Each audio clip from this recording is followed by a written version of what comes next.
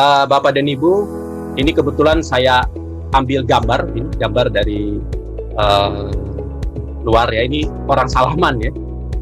Intinya yang ingin saya tekankan adalah suap itu adalah masalah global.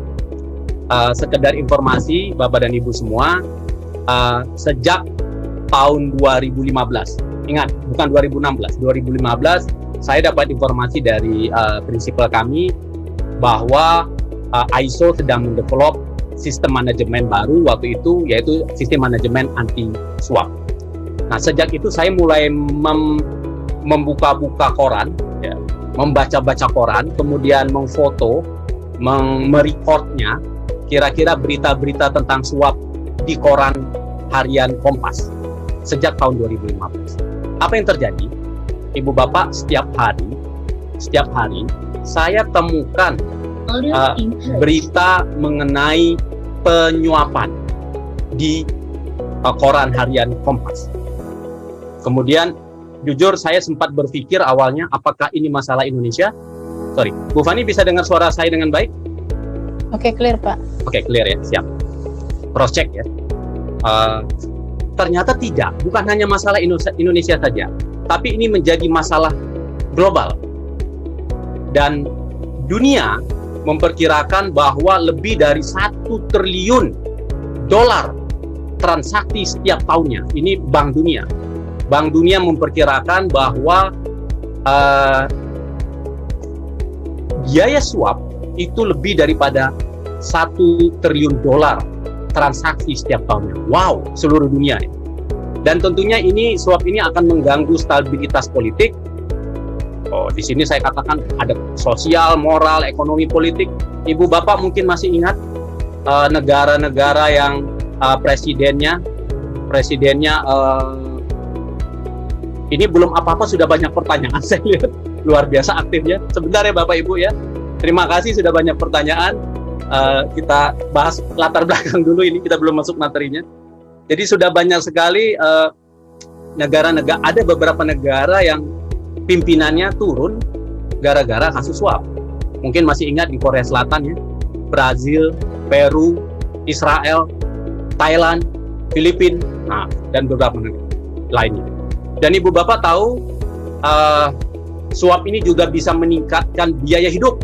Wow, makanya di sini dikatakan berdampak negatif terhadap hak asasi manusia. Jadi kita harus peduli, bukan hanya pemerintah, bukan hanya KPK, tapi kita semua harus peduli. Kenapa? Ternyata kalau terjadi suap, biaya hidup kita semakin tinggi.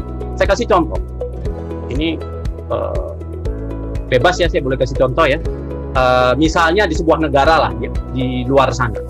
Ketika seorang importir memberikan sesuatu terhadap publiknya orang pemerintahan, bukan Indonesia ya, di luar sana ya. Kemudian setiap kilogram misalnya diberikan $1 umpamanya ya, dikasih $1, maka biaya $1 itu nanti oleh importir akan dibebankan ke siapa? Ke siapa coba? Ya tentu ke pembeli, ke end user nantinya. Pedagang juga akan bebankan user. Sehingga boleh dikatakan suap juga akan meningkatkan biaya hidup kita. Dan jujur, suap ini adalah salah satu problem yang bisa berkontribusi terhadap kemiskinan. Wow. Jadi ISO bahkan mengatakan, bukan saya ya, ISO bahkan mengatakan bahwa suap adalah salah satu masalah di dunia yang paling merusak dan kompleks. Saya ulangi lagi. Suap adalah salah satu masalah di dunia yang paling merusak dan kompleks. Ramalan saya Bapak Ibu, beberapa negara akan tetap miskin seterusnya. Itu salah satu penyebabnya adalah karena suap. Jadi kalau ada negara-negara yang dari dulu miskin, salah satu penyebabnya adalah suap. Gitu ya. Salah satu penyebabnya adalah suap. Oke, saya sebentar izinkan saya membaca, banyak sekali chatting, walaupun halaman pertama belum masuk. Ya. Jangan khawatir, materi nanti akan kita sharing. Nanti kita kasih linknya, Ibu Bapak nanti tinggal download saja. Itu ya. Oke, yang lain saya lihat pertanyaannya sudah ke teknis, tunggu dulu, sabar dulu. Oke, jadi intinya yang ingin saya tekankan di sini Bapak Ibu, suap bukan masalah Indonesia saja, tapi suap menjadi masalah global, seluruh bangsa-bangsa di dunia, dan ISO mengatakan suap ini adalah salah satu masalah yang paling merusak dan kompleks. Ibu Bapak,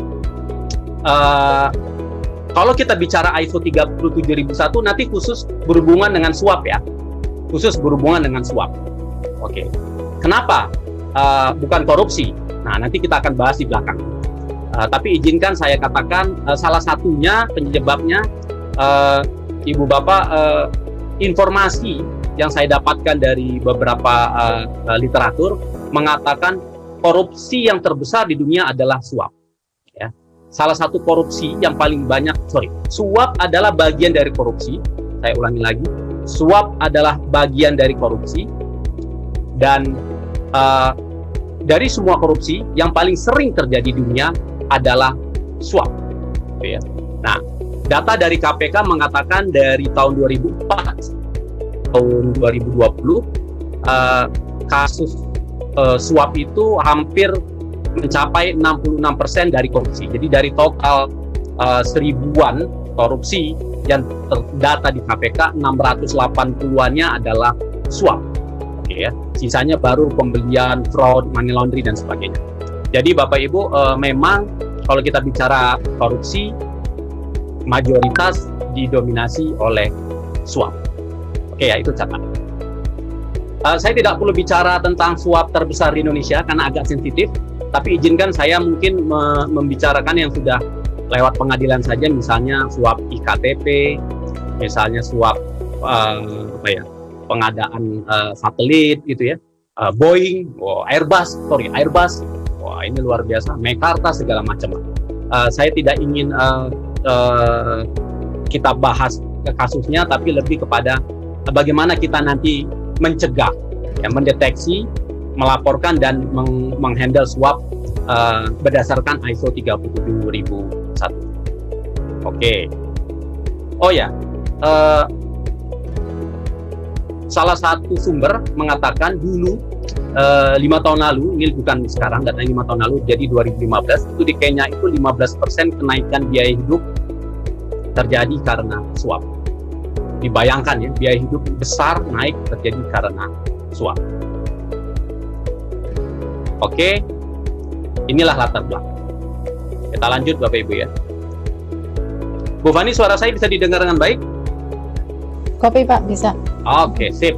Nah, sebelum saya membahas ISO 37001, Bapak Ibu yang saya hormati, izinkan kita membahas apa itu suap. Ini bukan suap makanan ya, tapi apa itu bribery. Boleh jawab pakai chatting? Nah, boleh jawab pakai chatting. Nah, boleh. Jangan langsung nanya. Oke. Apa itu suap? Suapnya SUAP ya, bukan swab ya Pak ya, bukan swab ini apa? COVID ya. Apa itu suap? Oke, siap. Ada yang menjawab, pemberian Pak Henry, pemberian hadiah kompensasi kepada orang lain dengan maksud tujuan tertentu. Wow. Tindakan pemberian uang. Wow, ini luar biasa ini. Terima kasih ini. Pemberian dengan Pak Hamid, pemberian dengan tujuan mengharapkan sesuatu. Wow, luar biasa. Oke. Terima kasih buat Pak Henry, Pak Hamid, Pak Yunanto. Waduh, ini siapa ya? Pak Pak Ninu. Mbak Ninu. Ya, saya tidak usah baca, tapi hampir sama kalimatnya. Pak Wahyudi. Ini Pak Wahyudi ini apakah tim Transparansi Internasional? Teman kita. Oke, terima kasih jawabannya. Tapi sebelum kita membahas definisi suap, Bapak Ibu, pada intinya saya ingin menginformasikan definisi suap itu oleh ISO diberi kebebasan untuk didefinisikan oleh masing-masing organisasi. Saya ulangi lagi. Definisi suap diberi kebebasan buat organisasi atau buat siapapun untuk mendefinisikannya apa. Oke. Ibu Bapak tadi sudah banyak mendefinisikannya lewat chatting. Tapi sebelum kita mendefinisikan lewat ISO, izinkan saya bertanya dulu ya. Sebentar. Bapak Ibu, tolong bergabung dalam polling kita. Tolong jawab dengan jujur berdasarkan definisi suap Anda pribadi, ya. Apakah Bapak Ibu pernah melakukan ini? Nah, coba. Apakah Bapak Ibu pernah merasa melakukan, baik itu memberi maupun menerima suap? Tolong dijawab berdasarkan pribadi, berdasarkan informasi definisi suap secara pribadi. Oke, ini nggak ada lagunya ya, sebentar nanti saya kasih lagu. Ini udah, kita kasih 1 menit ya, kita kasih 1 lagu dulu deh, biar lagunya biar.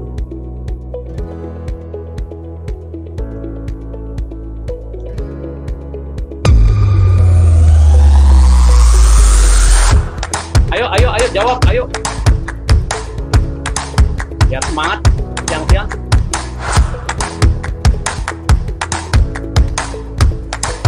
Oke. Waktu kita jangan terlalu lama. Sudah baru 58% yang mengisi. Oke, tidak apa-apa karena waktu sudah 1 menit, saya end full saja. Sorry, saya tunggu sampai 200 deh. Sudah 199 yang menjawab. Wow. Oke, sudah 200. Mohon maaf karena sudah 1 menit, saya end full ya. Yang lain dalam hati saja. Oke, saya share hasilnya. Terlihatkah Bapak Ibu hasilnya? Terlihat ya? Terima kasih buat Bapak Ibu semua yang sudah menjawab dengan jujur. Jangan khawatir, ini kami tidak tahu Ibu Bapak jawab apa, yang muncul hanya summary-nya saja. Jadi berdasarkan definisi suap versi Ibu Bapak sendiri, gitu ya. Ibu Bapak 43%, Bu Fani catat, Bu Fani, 43% pernah melakukan suap, 57% tidak pernah melakukan suap. Oh, plus buat kedua-duanya, buat yang menjawab. Oke, ya. Ini ada langsung chatting nih ke saya nih, sebentar. Uang damai korupsi itu suap? Ya, ini jangan menyindir. Sorry, mohon maaf, nanti jangan membawa institusi. Saya mohon maaf nih, mohon maaf. Tadi hanya membaca chattingan ya, hanya membaca chattingan. Mohon maaf sekali. Oke, sekali lagi, alhamdulillah, berdasarkan definisi suap per siang hari ini, hanya 43%, masih ada 57% yang tidak memberikan suap. Oke. Terima kasih. Bu Fani catat ya. Bu Fani catat ya. Oke. Sekarang saya akan kembali, sebentar. Kok masih muncul ya? Kalau masih muncul ininya, tolong di close saja di tempat Bapak Ibu ya, di close saja. Kita balik ke slide. Bentar, biar. Oke. Kita balik ke slide. Oke, sebentar. Saya juga close dulu. Tolong di close. Oke. Sekarang saya akan menginformasikan apa definisi suap versi ISO. Bapak Ibu, salah satu hal yang paling prinsipal di ISO 37001 adalah pemahaman apa definisi suap. Oke, ya. Berdasarkan ISO mengatakan definisi suap adalah satu, menawarkan, menjanjikan. Hati-hati ya Bu, baru ditawarkan, baru dijanjikan, itu sudah memberikan janji, itu sudah penyuapan ya. Memberikan, apalagi sudah memberikan ini berarti sudah transaksi. Sorry, saya balik ke belakang dulu. Menawarkan, menjanjikan, memberikan berarti pasif, aktif bribery. Bribery aktif, penyuapan aktif. Dia memberi, dia menawarkan, dia menjanjikan. Kedua, menerima atau meminta keuntungan. Nah, menerima dan meminta keuntungan berarti pasif bribery. Dia menerima, ya menunggu saja, ya. Atau dia meminta keuntungan, itu pasif bribery. Yang tidak semestinya. Nah, boleh dalam bentuk uang maupun non uang. Jadi bisa dalam bentuk uang, hadiah, pulpen, jalan-jalan, tamasya, donasi bahkan, pelatihan, training gitu ya, dikasih training, jalan-jalan ke luar negeri untuk pembelian. Bapak kalau beli mesin dari kami, Bapak kita jalan-jalan ke Perancis karena mesin itu dibuat di Perancis, lihat pabrik, padahal cuma sehari 2 hari, sisanya jalan-jalan. Itu suap, gitu ya. Langsung atau tidak langsung? Langsung tidak langsung ini bisa langsung diberikan seseorang ke yang penerima, atau bisa lewat pihak ketiga, bisa lewat istrinya, anaknya, keponakannya, atau yang coba cari satu lagi yang tidak langsung, yang sebenarnya bahaya juga. Ada yang tahu nggak? Selain ke keluarga, ke siapa ya? Langsung atau tidak langsung? Lewat apa ya? Ayo kita aktif nih di sini. Lewat supir, waduh, supir, oke, masih keluar, masih lingkungan. Ada yang lain? Staff, oke, staff masih lewat orang ya. Oke, jawaban saya langsung saja. Yang lagi bahaya itu sebenarnya lewat konsultan, Bapak Ibu. Konsultan, mohon maaf. Calosim gitu ya, oke, terima kasih jawabannya. Mohon maaf kalau ada yang di sini konsultan, bukan saya menuduh Bapak Ibu ya. Tapi ada di sebuah negara, bukan di Indonesia sekali lagi. Ini negara, kebetulan saya kemarin dari Filipina. Ketika ingin memenangkan, nggak apa-apa ya, langsung sebutin aja karena bukan negara kita. Memenangkan tender di Filipina, maka perusahaan asing tersebut istilahnya dia membayar konsultan untuk istilahnya mengetahui hukum legal di Filipina. Tapi sebenarnya biaya konsultasi itu sebenarnya ditujukan untuk memberikan suap ke pemerintahan di sana. Makanya Duterte marah besar kemarin. Ya, jadi lewat konsultan. Saya tidak menuduh konsultan di Indonesia, di luar sana. Ya. Kemudian ini yang utama, yang melanggar peraturan perundangan, Bapak Ibu. Jadi kalau kita memberi sesuatu tapi tidak melanggar peraturan atau perundangan, ya bukan suap ya. Tekankan yang merah, tekankan yang merah. Oke. Kemudian, salah satu inti juga adalah sebagai bujukan atau hadiah untuk orang bertindak atau menahan tindakan yang terkait dengan kinerja dan tugas orang tersebut. Maksudnya begini, Bapak Ibu. Jadi orang memberikan suap. Contoh, kebetulan saya ingin ikut tender, kemudian bertindak. Saya ingin tender itu dimenangkan oleh perusahaan saya. Maka saya berikan sesuatu kepada orang yang mengurus tender, kemudian dia menangkan. Itu artinya bertindak. Kalau menahan tindakan, contoh saya melanggar peraturan gitu misalnya.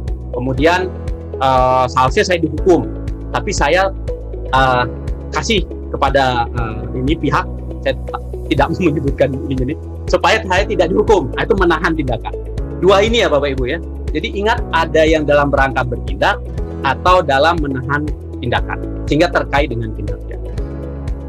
Panjang ya. Ternyata definisinya panjang, Bu Fani ya? Belum, baru 2 slide Pak. Oh, enggak, ini definisinya. Iya, maksudnya tapi Bapak Ibu, saya sudah buka beberapa artikel ya. Bagi saya udahlah, nggak usah pusing-pusing pakai definisi suap sendiri. Pakai yang versi ISO ini sudah sangat cukup baik. Jadi menawarkan, menjanjikan, memberikan itu aktif, menerima atau meminta keuntungan yang tidak semestinya, baik berupa keuangan ataupun non keuangan, langsung ataupun tidak langsung, yang melanggar peraturan dan perundangan sebagai bujukan atau hadiah agar orang bertindak atau menahan tindakan. Wow, jelas. Oke, bentar saya bacakan dulu nih, ada beberapa pertanyaan sepertinya. Pak, bisa ditransfer lewat bank digital? Oh, oke, biasa. Sorry, saya mungkin langsung baca yang saya tuh. Pak, kalau lewat calo, misalnya, oke. Pak, kalau ada organisasi menggunakan bukan calo lah, biro jasa, apakah itu suap apa tidak? Ayo, saya minta teman-teman menjawab dulu.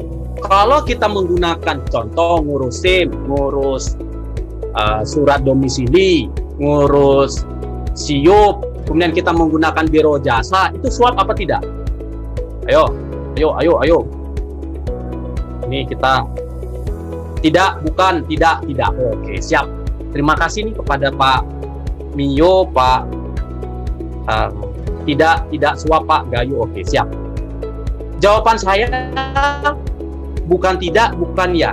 Tergantung ya Pak. Ingat, fokus ke yang merah ya Pak. Fokus ke yang merah. Jadi sebentar.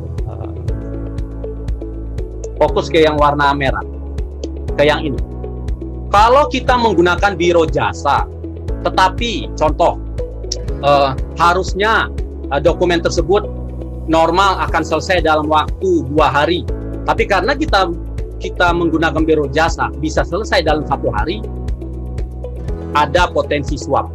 Hati-hati. Ketika kita menggunakan biro jasa, dokumen tersebut harusnya 1 minggu secara resmi lewat pemerintah, tapi bisa hanya waktu 2 hari tanpa harus kita hadir, hanya Pak pakai Aris, foto. sorry, suaranya hilang Pak. Sorry. Oke, sorry. Suara hilang. Sebentar. Wan, suara saya kedengaran, Wan? Nah, ini sudah masuk Pak. Oke, Boleh bisa siap. diulang lagi Pak? Oke. Sorry, mungkin ada yang ngambil suaranya ya. Tadi sampai mana ya? Kalau kita menggunakan biro jasa, saya tidak bisa katakan itu suap atau tidak. Kita harus lihat case by case. Ketika akibat menggunakan biro jasa tersebut, yang bisa jalur normal harusnya resmi, jalurnya harusnya seminggu, tapi bisa hanya muncul dalam waktu 2 hari, berarti ada potensi penyuapan. Ingat, seperti itu ya Bapak Ibu ya. Oke, saya sambil baca chatting.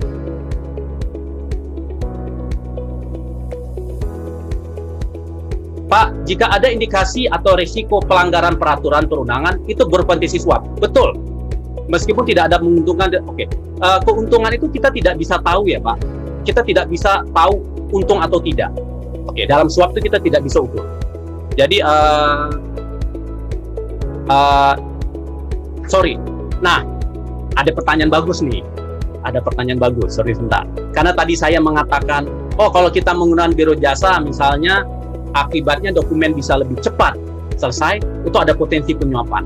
Kemudian ada yang komen seperti ini, Pak, jika demikian maka tindakan suapnya adalah dari biro jasa dong terhadap, saya tidak bacakan institusinya ya, terhadap institusi tersebut. Betul, tapi kan itu sama saja Bapak Ibu, Pak, kita melakukan suap secara tidak langsung. Nah, ingat tadi definisi suap adalah langsung atau tidak langsung. Biasanya begini nih Pak, organisasi ternyata, mohon maaf sekali,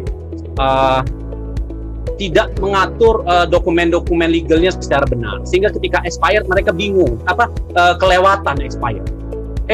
Pas mau ikut tender besar 1 triliun biaya tendernya, baru sadar dokumennya sudah expired. Akibatnya mereka akan melakukan segala cara. Nah itu problemnya akhirnya, sehingga akan terjadi penyuapan.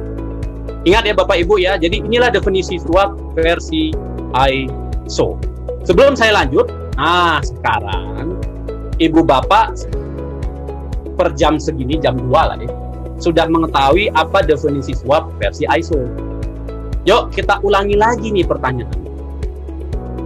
Sebentar, saya kasih pooling ya, poolingnya nomor, sorry, kok nggak mau ini.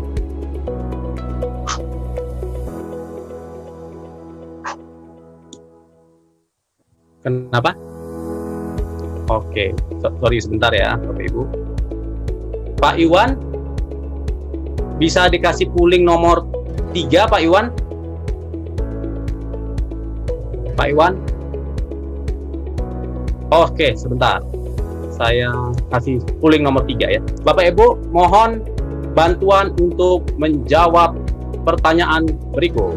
Oke, ayo dijawab. Biar sebentar, biar nyaman, kita kasih lagu dulu nih sebentar ya.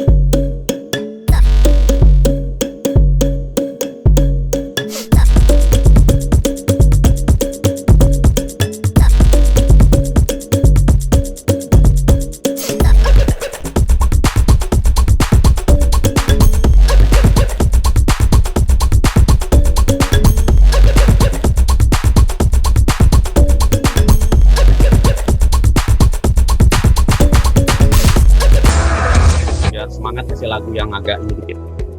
Siap, terima kasih buat Bapak Ibu yang sudah menjawab luar biasa. Ibu Fani, tolong dibacakan berapa itu hasilnya? Baik, oke. Untuk yang pernah di 57%, 7. Yang dan tidak pernah di 43%, Pak. Bu Fani, sorry, ada gangguan sepertinya. Oke, mungkin delay suaranya ya, Pak ya. Oke, yang pernah 57, yang tidak pernah 57, yang tidak pernah 43%, Pak. Wow. Oke. Berarti setelah memahami istilah ISO malah nambah apa berkurang, Bu? Ya? Pelaku suap. Oke. Nambah ya. Tadi berapa awalnya? 57, Pak. Oh, sorry, sebelumnya ya 43% yang pernah suap. Oke. Yang Jadi sebelumnya awal 43, setelah memahami 57. jadi 57. Bapak Ibu, saya akui, saya sendiri mungkin pernah melakukan suap. Contoh, saya patungan parkir mobil nih. Karena saya sudah keliling-keliling di sebuah mall. Susah, malam minggu gitu ya. Ternyata setelah saya susah, kemudian saya kasih DIM ke petugas parkir, kemudian petugas parkir mencarikan. Ketika dia mencarikan, saya sebenarnya sudah baca di belakangnya. Kita kadang-kadang sudah baca di belakang bajunya no tipping gitu loh. Tapi apa yang terjadi setelah dia kasihkan kita area parkir, kemudian kita parkir, apa yang kita lakukan? Kita memberikan sesuatu. Berdasarkan ISO 37001, itu berarti suap. Ya kan? Melanggar regulasi mereka dan membuat dia melakukan sesuatu. Itu berarti suap. Jadi seperti itu ya. Oke. Sorry. Saya sudah share hasilnya tadi ya. Ini ya. Sudah ya? Sudah, Pak. Oke, sudah ya. Oke, saya kenapa enggak saya stop saja. Tolong dimatikan lagi di itunya. Oke, sepertinya dimatikan saja, ditutup saja dari layar. Oke. Saya berharap Bapak Ibu sekarang kita semua sudah tahu apa itu suap. Oke, sekarang kita lanjut saja langsung ke apa itu ISO 37001. Karena waktunya berjalan terus, mungkin saya percepat. Izinkan saya mendefinisikan dulu apa itu ISO 37001. Jadi ISO 37001 adalah sistem manajemen anti penyuapan. Bapak Ibu yang saya hormati, ada istilah sistem manajemen di sini. Sistem manajemen. Nah, ini yang harus kita pahami bersama. Apa sih definisi sistem manajemen? Oke, izinkan saya langsung menjawab saja. Sistem manajemen adalah elemen yang saling terkait dan saling berinteraksi dalam organisasi untuk membuat kebijakan, kemudian membuat sasaran,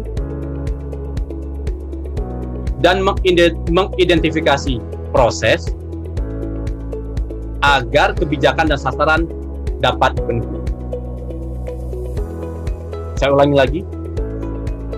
Jadi sistem manajemen adalah yang di depannya kita buang saja lah ya, pokoknya saling terkait bla bla bla dalam organisasi dalam rangka membuat kebijakan, membuat sasaran, mengidentifikasi proses agar kebijakan dan sasaran terpenuhi. Jadi Bapak Ibu, berarti kalau nanti organisasi mau mengimplementasikan ISO 37001, yang pertama kali nanti dibuat adalah kebijakan, kedua buatlah target sasaran, kemudian identifikasi proses-proses apa saja agar kebijakan dan sasaran tersebut dapat dipenuhi. Kebijakan lebih ke strategik, ada visi misi di sana, sasaran lebih ke operasional. Plus nanti sasaran harus ada planning untuk mencapai sasaran. Yeah. Saya kasih contoh, nanti kebijakannya adalah no toleransi terhadap suap misalnya. Sasarannya supaya bisa tidak ada toleransi terhadap suap, misalnya sasarannya semua proses dilakukan secara online misalnya, atau mengurangi transaksi secara cash, itu sasaran-sasaran yang bisa dibuat dalam rangka kebijakan ya. Dan proses apa saja yang harus kita lakukan agar kebijakan dan sasaran terpenuhi. Itulah sistem manajemen. Oke. Tadi saya sempat di awal sudah membahas ISO 37001 adalah mencegah, mendeteksi, melaporkan, dan menyelesaikan penyuapan. Mungkin masuk tadi ke belakang nanti biar kita bahas ya. Nah, yang menjadi penekanan di ISO 37001 sebenarnya adalah implementasi. Dalam hal ini bicara budaya. Jadi saya ingin menekankan, sering sekali pertanyaan, Pak, perusahaan kami dari tahun Masehi sudah punya fakta integritas, Pak. Dari tahun Masehi itu maksud tahun dulu ya. Tapi saya tahu, Pak, dari dulu itu masih terjadi kok penyuapan. Bagaimana kita bisa mencegah? Saya nggak percaya, Pak, dengan ISO 37001. Ya, kita akui salah satu yang menjadi tantangan di negara kita, di saya, di kita semua adalah budaya. Jadi Bapak Ibu, di ISO itu dikatakan ketika ada kemungkinan ketika sebuah organisasi masuk sebuah pemerintahan, masuk ke sebuah area, di mana area tersebut adalah area terjadi penyuapan, kalau mau hidup dia akan harus melakukan sesuatu. Itu ada opportunity tersebut. Makanya tidak gampang sekali ya untuk menghindarinya, gitu loh. Dan ini menjadikan budaya ini bukan tugas yang mudah, gitu ya. Oke. Tapi saya percaya Bapak Ibu, walaupun tidak mudah, kita lihat saja cerita sukses. Kita tidak perlu cerita. Saya pernah diskusi dengan dubesnya Denmark. Denmark adalah salah satu negara paling bersih di dunia. Budaya mereka satu pelaporan ya Pak, Bu, pelaporan keuangan itu penting sekali. Itu dicek. Ujung-ujungnya ke pajak. Jadi kalau ibu bapak belanja tas Hermes, tas yang mahal-mahal, itu harus dilaporkan. Kemudian dari mana dapatnya harus dilaporkan, makanya susah di sana. Punya uang banyak dari korupsi susah karena harus dilaporkan. Ketika ibu bapak sengaja tidak melaporkannya akan kena hukuman berat. Wow, jadi luar biasa ya. Jadi budayanya mereka gali. Oke, itu negara maju lah ya. Tapi saya melihat apa yang dilakukan Pak Jonan. Nah, yuk kita contoh Pak Jonan. Pak Jonan di KAI itu bagi saya luar biasa. Tanpa ingin mendiskreditkan siapapun, mungkin Bapak Ibu bisa merasakan organisasi tersebut dulu dan setelahnya, gitu loh. Dulu saya mau beli tiket saja itu selalu habis. Dulu waktu saya mahasiswa, ketika saya baru selesai beli sampai ke depan kasir, ke depan loket habis, tiba-tiba ini datang ke saya, calon dengan harga 2 kali lipat. Saya bingung. Ketika calo menawarkan saya, itu jelas-jelas di depan loket, di depan security. Kenapa mereka diam saja? Karena sudah jadi budaya. Oke. Ini mirip lah kalau kita nonton Asian Games kemarin ya. Nonton Asian Games, mungkin bagi para teman-teman di Jakarta, beli tiket, kemudian habis, calo 2 kali lipat, tapi ada di depan kita, di depan semuanya mereka bisa menjual. Akhirnya dibuat digital, tapi alhamdulillah di Asian Games akhirnya dibuat versi digital ya Pak Bu. Jadi langsung beli tiket secara online. Itu adalah proses yang mereka lakukan untuk mencegah penyuapan. Nah itu juga yang dilakukan oleh KAI. Bagi saya itu sebuah kisah sukses yang kita bisa share, gitu loh. KAI sekarang luar biasa bagi saya. Dan terlepas apapun yang dikatakan orang, bagi saya itu adalah salah satu contoh sebuah organisasi berubah menjadi budaya yang luar biasa. Oke, menerapkan pengendalian. Ya, ini banyak sekali. Nanti saya akan bahas bagaimana pengendaliannya versi 37001. Tapi sebenarnya apa yang dilakukan oleh contoh Pak Jonan juga, kita lihat cerita sukses, menghilangkan Bu Fani di airport itu loket ya, menghilangkan loket di airport itu salah satu untuk pengendaliannya. Kita hilangkan itu supaya tidak bisa terjadi lagi. Nah seperti itu ya. Bagi saya, ibu bapak bicara budaya, ketika masuk ke suatu tempat masih terlihat banyak calo, masih terlihat, wah kita harus tahu mereka belum bisa punya budaya anti suap. Oke ya. Mungkin mereka bisa 37001 punya banyak dokumen lengkap segala macam, saya nggak tahu. Tetapi kita lihat, kita datang saja, calo masih beredar. Orang yang tidak ada kepentingan masih beredar di kantor tersebut, masih banyak. Lalu lalang dengan tas kecil gitu loh. Bagi saya, wow, itu bukan budaya yang baik, bukan anti suap. Gitu. Oke. Sekali lagi, ISO 37001 ini sebentar. Diterbitkan 15 Oktober 2016, jadi sudah hampir mau masuk ke 5 tahun ya, nanti Oktober nanti. Dan ini adalah bisa disertifikasi. Jadi ISO itu nanti saya akan cerita, ketika dia menerbitkan standar, itu ada yang hanya berupa pedoman ya Pak, ini tidak bisa disertifikasi, guideline. Ada juga berupa kosakata, term and definition, ini juga tidak bisa disertifikasi. Nah, yang ISO 37001 ini berisi requirement, persyaratan plus guideline. Nah, sehingga dia bisa disertifikasi, gitu ya. Oke, sebentar, saya ini banyak sekali pertanyaan. Pak, apakah ISO 37001 bisa menjamin menghilangkan budaya penyuapan? Ini sudah dijawab bukan oleh saya. Sorry, saya dijawab. Sorry, ini pertanyaannya oleh Pak Siswo. Ini jawaban langsung dari ISO, Pak. Di dunia ini tidak ada yang bisa menjamin tidak terjadi penyuapan. Nah, oke ya Pak ya. Jadi ISO 37001 bahkan mereka menjawab tidak ada tools yang bisa menjamin tidak terjadi penyuapan. Tetapi kita berusaha, kalaupun mau terjadi penyuapan susah ya Pak. Mau nyuap tuh susah gitu loh, nggak gampang gitu loh. Dan sangat gampang ketahuan, sehingga gampang dilaporkan, dibuat terlihat transparan, munculkan di depan di kalau jual barangnya transparan di sistem, ada katalognya, jelas gitu loh. Walaupun di belakang itu masih terjadi, tapi juga susah. Jadi sekali lagi jawabannya tidak ada tools yang bisa menjamin tidak terjadi penyuapan. Karena apa? Nanti saya cerita. Karena suap itu tidak ada yang ngoworo-woro Pak, antara pemberi dan penerima diam-diam saja. Tidak pernah Ibu Fani ya, Bu Fani menerima suap langsung alhamdulillah hari ini saya terima suap dari PT ABCD gitu ya, nggak bisa. Oke. Itu Pak jawabannya. Oke, lanjut dulu. Sudah 391 orang, waduh. Makanya pantas kan banyak pertanyaan nih.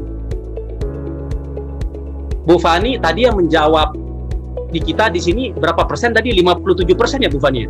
Kurang lebih Pak. Sudah suap ya. Padahal di dunia aja itu 4 dari sebentar ini nggak jelas ya. 1 dari 4 25%. Oke. Jadi di dunia itu 25%. Berarti peserta kita lebih bagus dari segi angkanya gitu ya. Oke. Ingat tadi saya katakan ISO 37000 berisi requirement dan guideline. Jadi enak sekali Bapak Ibu. Ini 50-50, bahkan saya rasanya 50% persyaratan itu isinya panduan. Jadi kalau buat Bapak Ibu konsultan organisasi mau belajar, even dibanding ISO 9001 lebih gampang baca ISO 37001. Karena kalau ISO 9001 ini general ya, buat berbagai macam perusahaan, dan definisi mutu itu bisa macam-macam, buat pelayanan, buat produk, buat manufacture. Tapi kalau bicara 37001 ini sudah spesifik mengarah ke suap, sehingga hal-hal tertentu sudah dicantumkan di sana. Jadi monggo yuk, kalau mau belajar ISO 37001 itu gampang. Yuk beli ke BSN ya, beli ke BSN standar ISO 37001. Nah, ya. Saya insya Allah dilarang men-sharing karena ini tidak boleh, nanti melanggar hukum saya. Murah kok, saya lupa 100 atau 150 ribu. Jadi ibu bapak bisa beli standar ISO 37001 di BSN. Oke, lanjut ya.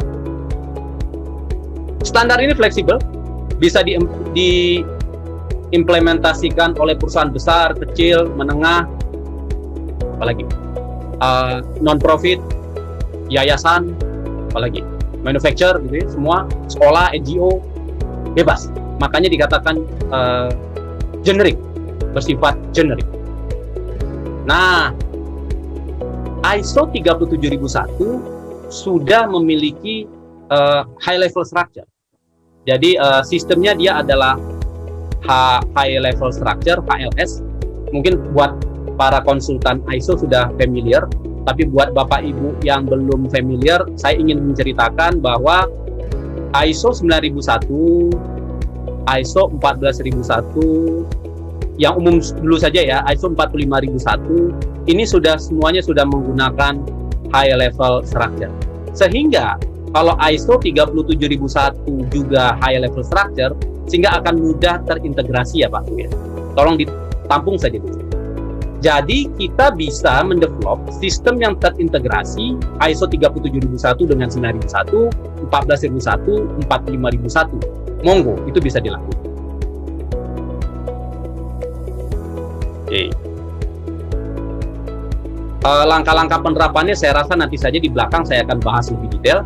Tetapi izinkan sebentar saya baca dulu, ada beberapa chattingan dari teman-teman.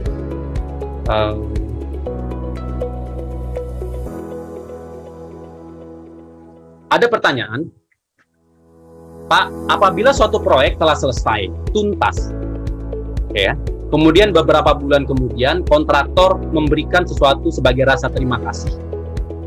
Di awal proyek ini tidak ada komitmen. Jadi orang yang menerima itu tidak ada komitmen, dia minta tidak ada. Tapi atas rasa terima kasih dari kontraktor, dia memberikan sesuatu terhadap orang tersebut. Apakah ini dikategorikan sebagai suap? Oke. Jawab dulu teman-teman. Kalau selesai proyek selesai, kemudian setelah beberapa bulan kontraktor memberikan sesuatu sebagai rasa terima kasih, di awal proyek ini tidak ada di komitmen apapun, apakah ini dikategorikan swap atau tidak? Tolong dijawab by chatting. Oke. Terima kasih Bu Wias. Oke. Siap.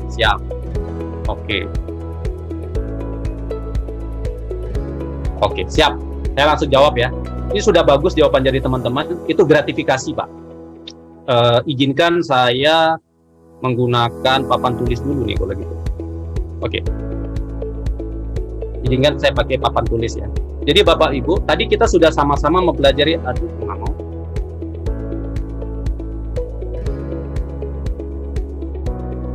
Oke, ulang lagi ya. Tadi kita sudah sama-sama mempelajari apa definisi swap. Itu adalah definisi tadi yang kita bahas versi ISO. Nah, di Indonesia, Bapak Ibu, KPK mendefinisikan itu ada beberapa hal. Satu, bukan suap, dia bilang, pemerasan. Kemudian suap. Ini versi ISO ya.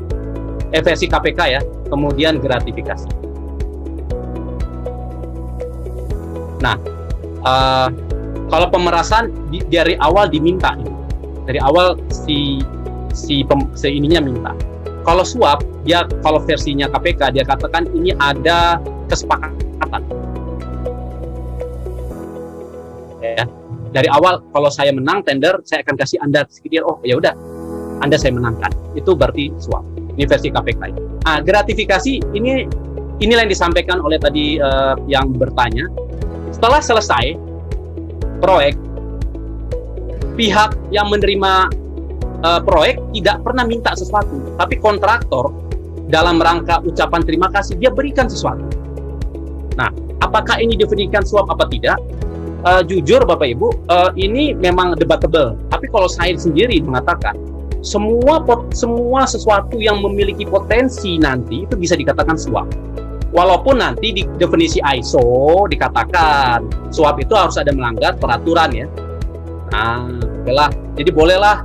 Jadi nanti dilihat, kita lihat dulu Pak, apakah ada peraturan dilarang menerima sesuatu dari proyek tersebut. Kalau ternyata saat itu di perusahaannya tidak ada larangan, berarti itu dianggap tidak suap. Secara umum seperti itu. Tapi hal ini pernah saya tanyakan ke guru saya, Miss Claire. Miss Claire itu yang salah satu mendevelop ISO 37001. Kalau orang sudah selesai proyek, dia kasih sesuatu, itu suap apa tidak? Dia katakan pasti ada intention, katanya. Semua yang ada intention itu harusnya dikatakan suap. Makanya buat negara-negara maju, Bapak Ibu, ucapan-ucapan terima kasih itu mereka sangat-sangat hati-hati sekali. Jadi buat negara-negara yang bersih. Nah, ini yang negara kita kadang-kadang tergantung perusahaannya dong Pak, definisikan apa tidak. Pertanyaan saya jadi kalau saya pribadi katakan itu suap, saya ikut guru saya. Tapi kalau Ibu Bapak pakai definisi ISO tadi, harus tanda tanya lagi ya, apakah ada peraturan di perusahaan tersebut? Kalau tidak ada peraturan berarti kan tidak melanggar peraturan regulasi perusahaan, berarti boleh dianggap tidak suap ya. Tapi ingat, waktu saya bertanya kepada salah satu yang develop ISO ini, dia katakan seperti ini. Jadi kapan perusahaan itu boleh ngasih kalau proyek sudah selesai? Jawaban dia sederhana. Ketika perusahaan tersebut mau out dari negara tersebut, saya ulangi lagi, mau out keluar dari negara tersebut dan Anda mengucapkan terima kasih, itu bukan suap. Karena pasti akan ada intention kalau Anda masih bekerja masih melayani perusahaan tersebut. Oke, jadi seperti itu ya Pak. Jadi hati-hati dengan lemahnya regulasi, hati-hati dengan makanya kenapa harus ada ISO 37001? Kita harus buat do and dance-nya sehingga tidak ragu-ragu gitu loh. Oke ya, tidak ragu-ragu. Kenapa saya katakan seperti itu? Izinkan saya balik dulu ke sini. Bapak Ibu, salah satu manfaat suap itu adalah, saya langsung lompat ke sini dulu ya. Kita lompat nomor 3.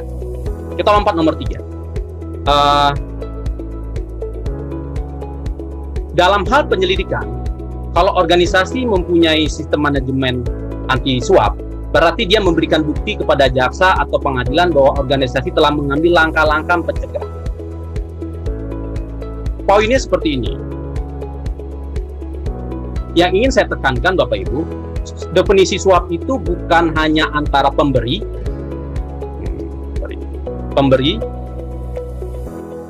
dan penerima, bukan. Tapi juga libatkan hakim, ya, libatkan orang lain. Siapa lagi? Polisi, jaksa, bahkan kompetitor. Nah, saya tahu mungkin kontraktor tadi tidak ada niat, hanya mengucapkan terima kasih. Dan si penerima yang tadi pun, saya sudah cek di perusahaan saya tidak ada regulasi. Oh, saya setuju, itu boleh.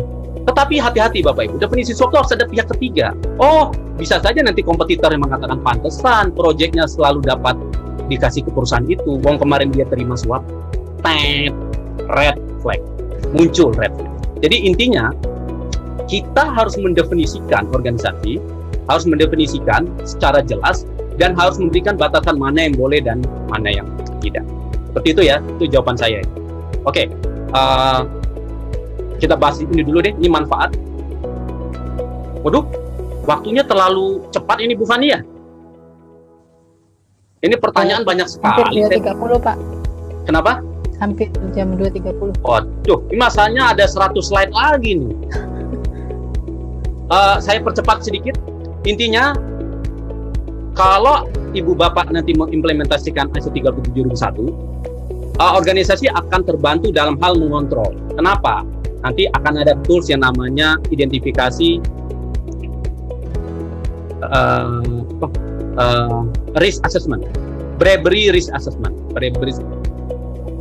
penilaian resiko penyuapan. Bahasa Indonesianya. Nanti akan diminta bribery risk assessment. Jadi dinilai Pak, kegiatan apa saja yang punya potensi suap. Ya, itu yang pertama. Yang kedua, jaminan. Kalau ada dapat sertifikat, jaminan pihak manajemen, pemilik dan sebagainya sudah melaksanakan praktek kontrol anti suap dan diakui internasional. Ingat, ISO 37001 adalah keluaran dari ISO, bersifat internasional, diakui internasional. Ya. Ketiga, nah ini yang tadi saya katakan. Bapak Ibu, di sini ada, mungkin nanti baca-baca, ada Perma nomor 13, peraturan MA ya, Perma itu ya, nomor 13 tahun 2016, yang mengatakan bahwa korporasi itu bisa diminta pertanggungjawaban pidana. Jadi bukan hanya orang, tapi korporasinya bisa. Dan hakim dapat menjatuhkan hukuman terhadap korporasi bila mana korporasi itu mendapatkan keuntungan. Korporasi membiarkan itu terjadi dan tidak mengambil langkah-langkah yang diperlukan untuk melakukan pencegahan. Jadi sebenarnya dengan menerapkan ini, kita harusnya menjamin agar korporasi kita kantor kita, organisasi kita, dan tanda kutip dianggap oleh hakim sudah melakukan langkah-langkah pencegahan jika menerapkan sistem manajemen anti pidana. Itu intinya. Tapi sekali lagi, jangan kebalik ya cara bacanya ya. Jangan Pak, karena saya mau nyuap, saya praktekkan ISO 37001 nih Bu Fani, biar aman. Jangan gitu ya. Kita 37001 dalam rangka mencegah penyuapan. Oke, ini 3 manfaat dari ISO 37001. Oke, saya lanjut saja. Oke, sebentar saya bacakan dulu pertanyaan. Oke.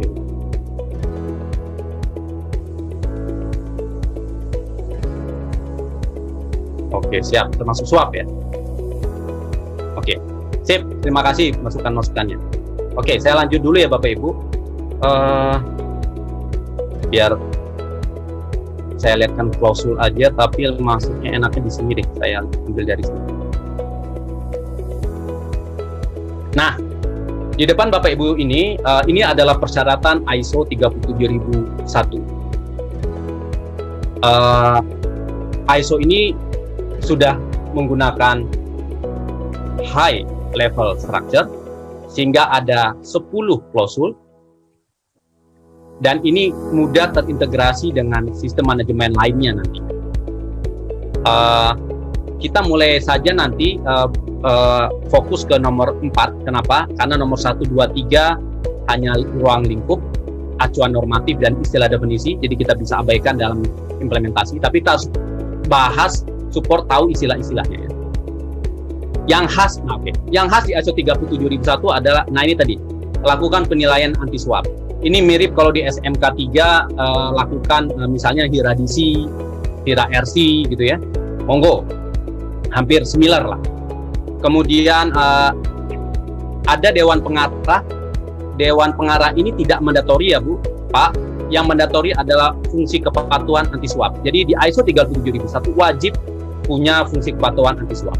Mirip MR-nya lah, tapi ini lebih tinggi dia karena nanti akan banyak berhubungan dengan hal-hal yang sensitif. Kemudian sama dengan ISO lain, harus punya target, punya sasaran. Nah, yang khasnya ya udah dari 82 sampai 810. Oke, kemudian yang unik juga nanti akan ada tinjauan bukan hanya dari top manajemen, tapi juga dari fungsi kepatuhan wajib melakukan tinjauan. Oke, yuk kita bahas satu persatu. Bentar, saya baca dulu, ini ada chatting.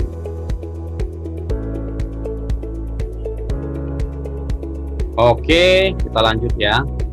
So, Bapak Ibu, klausul sudah lihat ya. Sekarang apa yang organisasi harus lakukan ketika mendevelop ISO 37001? Yang pertama,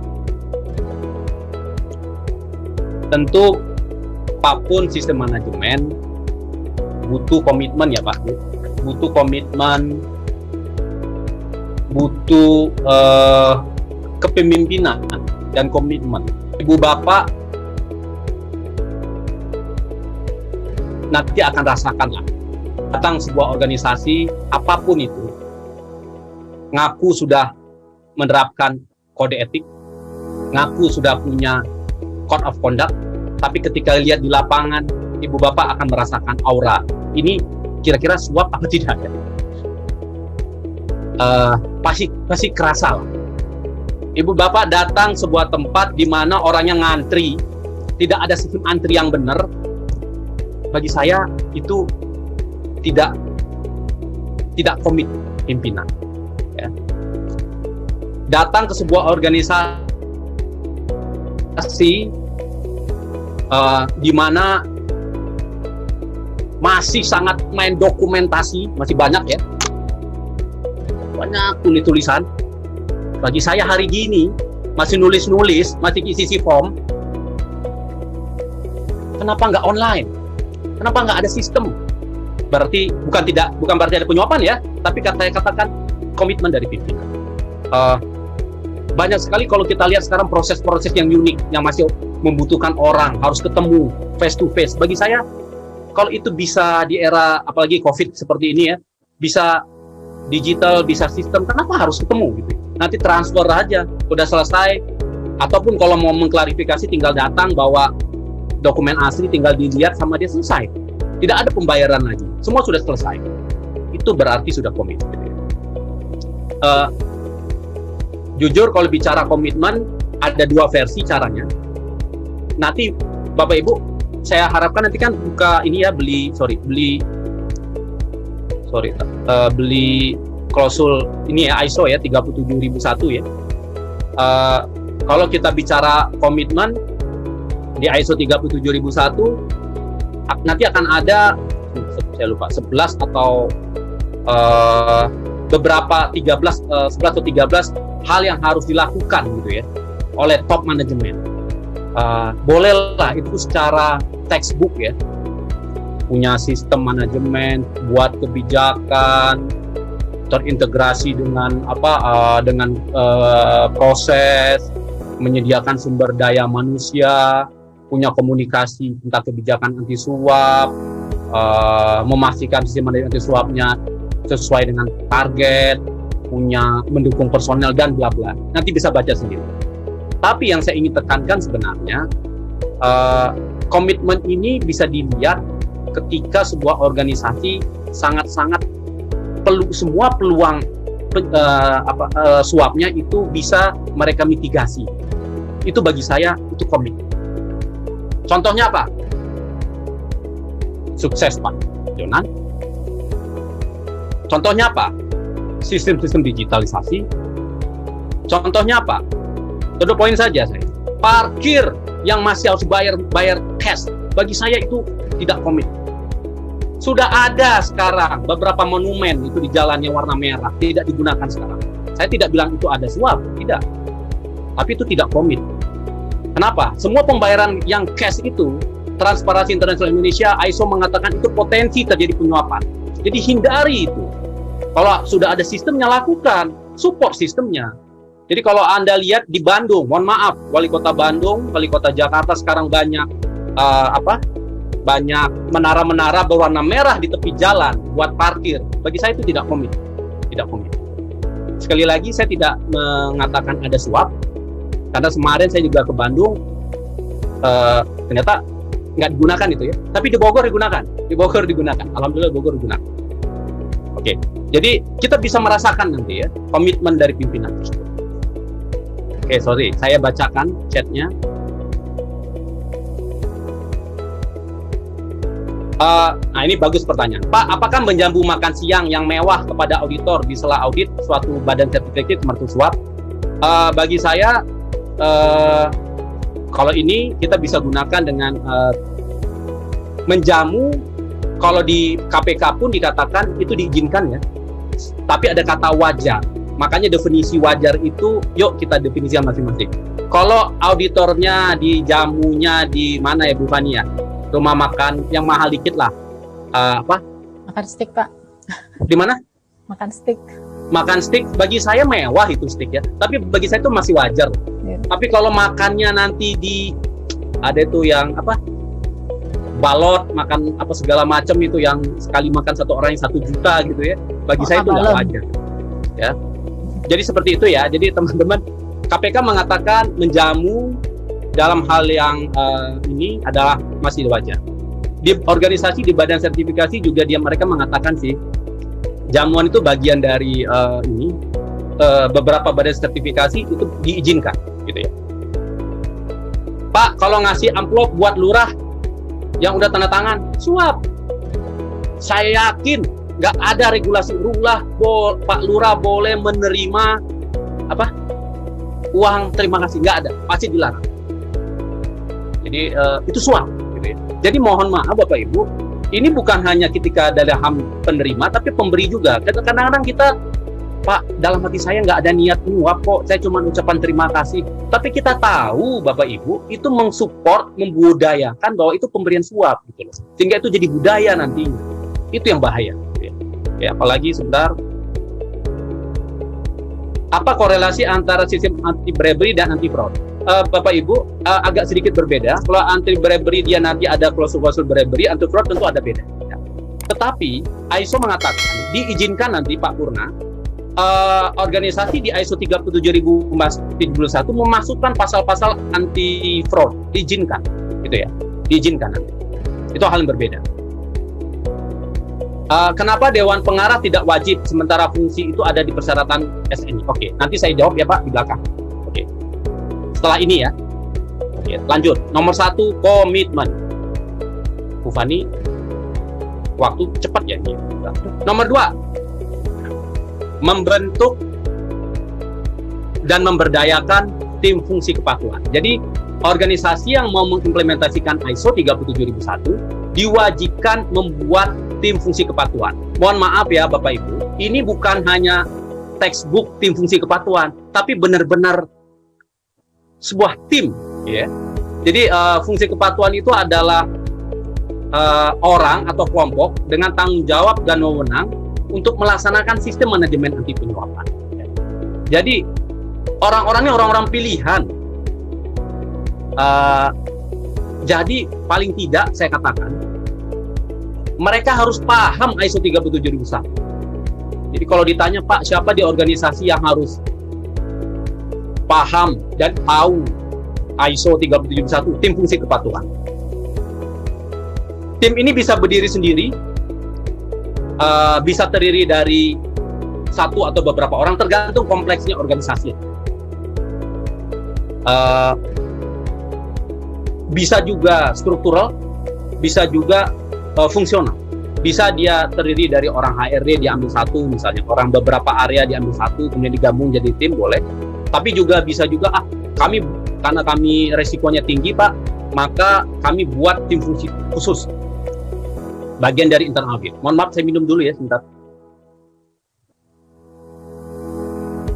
Diizinkan ya. Nah,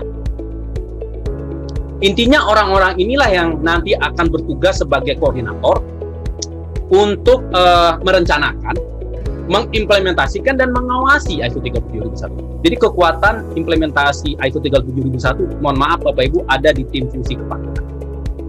Oke, itu ya.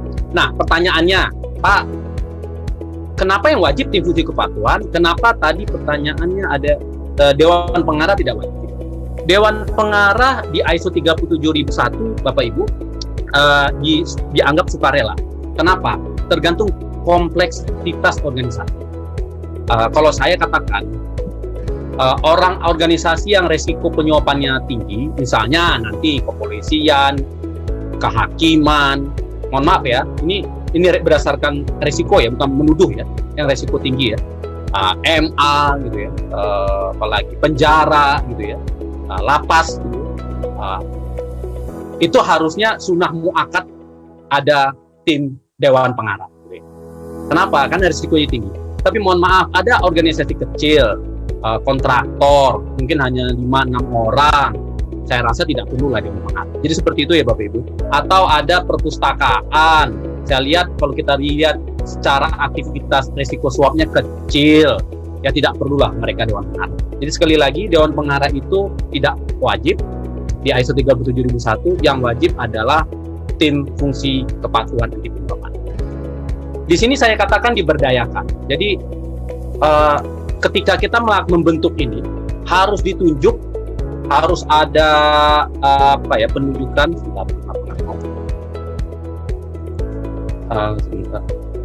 Harus ada penunjukan. Jadi harus ada wewenang dikasih, tugas dan tanggung jawabnya dibuat gitu ya.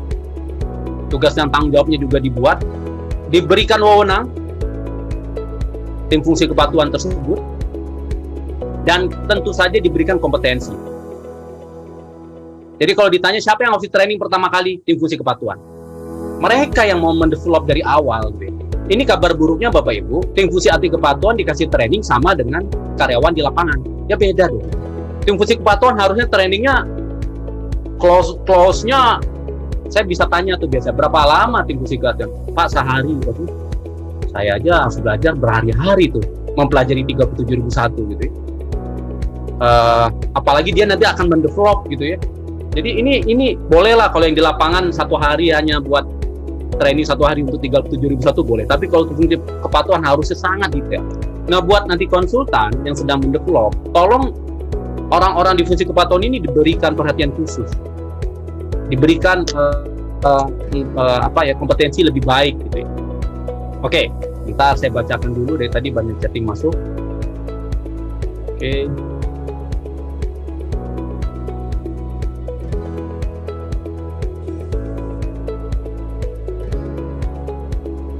Apakah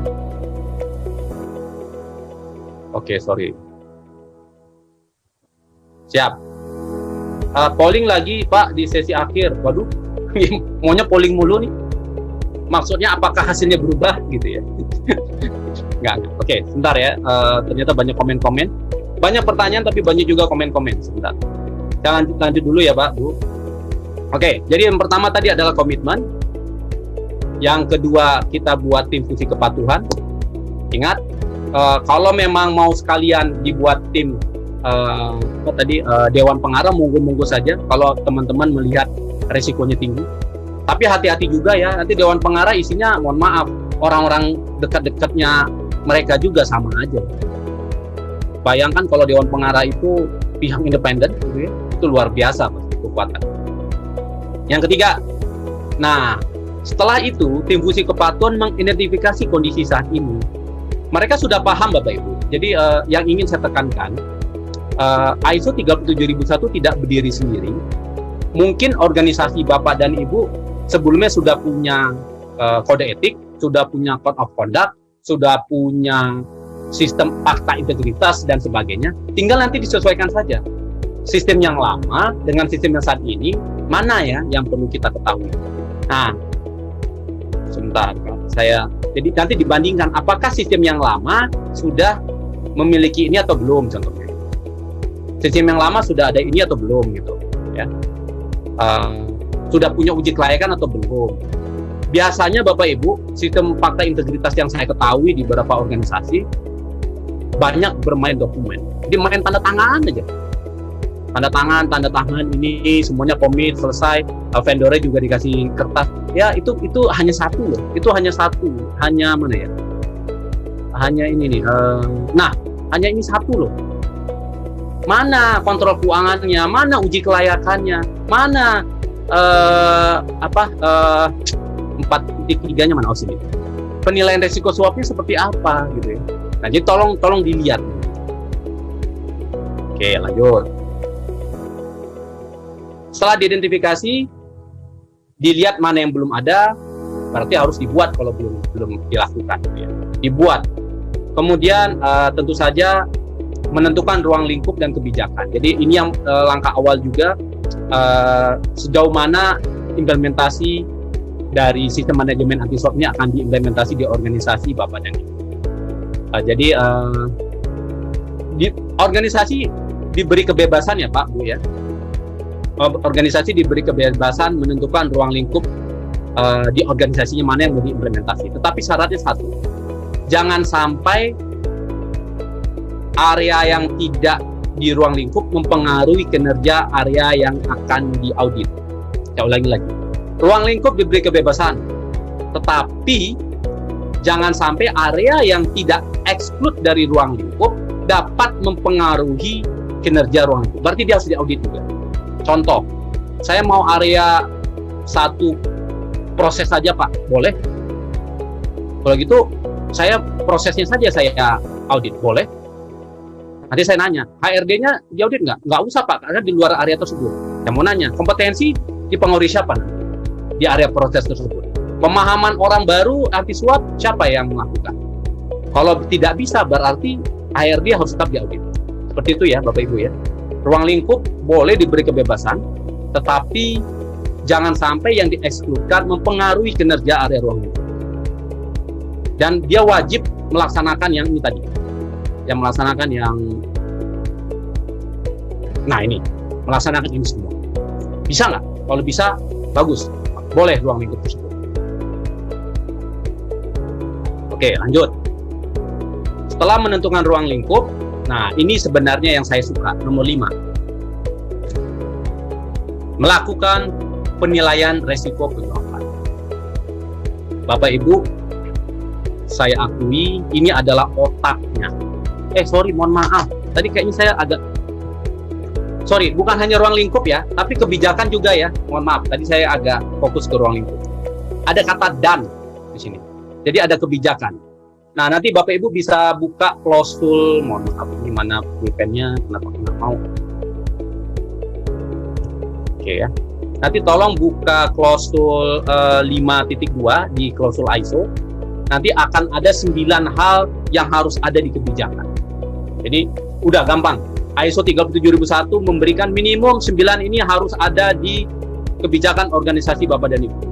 Apa itu contohnya? Melarang suap, patuh kepada regulasi anti suap, sesuai dengan tujuan organisasi mengenai suap, komitmen untuk memenuhi persyaratan di sistem manajemen anti suap, dan komitmen memperbaikan berkesinambungan, dan ada 9. Tulis saja, tinggal tulis. Tapi ya kalau develop ISO jangan minimalis ya Bapak Ibu. Ini buat konsultan. Kalau di persyaratan 5.2 ada 9, ya jangan tulis 9 lah, kasih bonus 10 gitu loh, tambahin 1 apa gitu ya, yang berhubungan dengan anti suap. Jadi maksud saya jangan terlalu copy paste gitu loh ya. Karena apa? Karena kadang-kadang organisasi punya hal khas sendiri. Contoh, komitmen semua proses dilakukan secara online. Wah, itu kan bagus itu ya. Itu nambah gitu loh, nambah kebijakannya besar. Jadi semua aktivitas mereka akan berusaha digital, transparan gitu. Oke, gitu ya. Lanjut. Nomor 5. Saya ulangi lagi tadi nomor 1 adalah komitmen. Nomor 2 adalah membentuk tim fungsi kepatuhan. Nomor 3, mengidentifikasi kondisi saat ini. Nomor 4, menentukan ruang lingkup dan kebijakan. Dan nomor 5, melakukan penilaian risiko. Bapak Ibu, ini otaknya nih. Kalau saya katakan ini otaknya nih. Jadi kalau ibu bapak organisasinya masih jalan, bisa lakukan ISO 37001 dan ininya jarang dibuka, jarang dilihat, berarti mohon maaf, ini just formalitas. Ini otaknya nih. Jadi organisasi wajib melakukan penilaian risiko penyuapan. Bagaimana caranya? Yuk kita bentar, sebelum menjagain mana caranya. 1, terangkan apa risikonya. Kemudian identifikasi risiko itu. Kemudian nanti dianalisa, dinilai,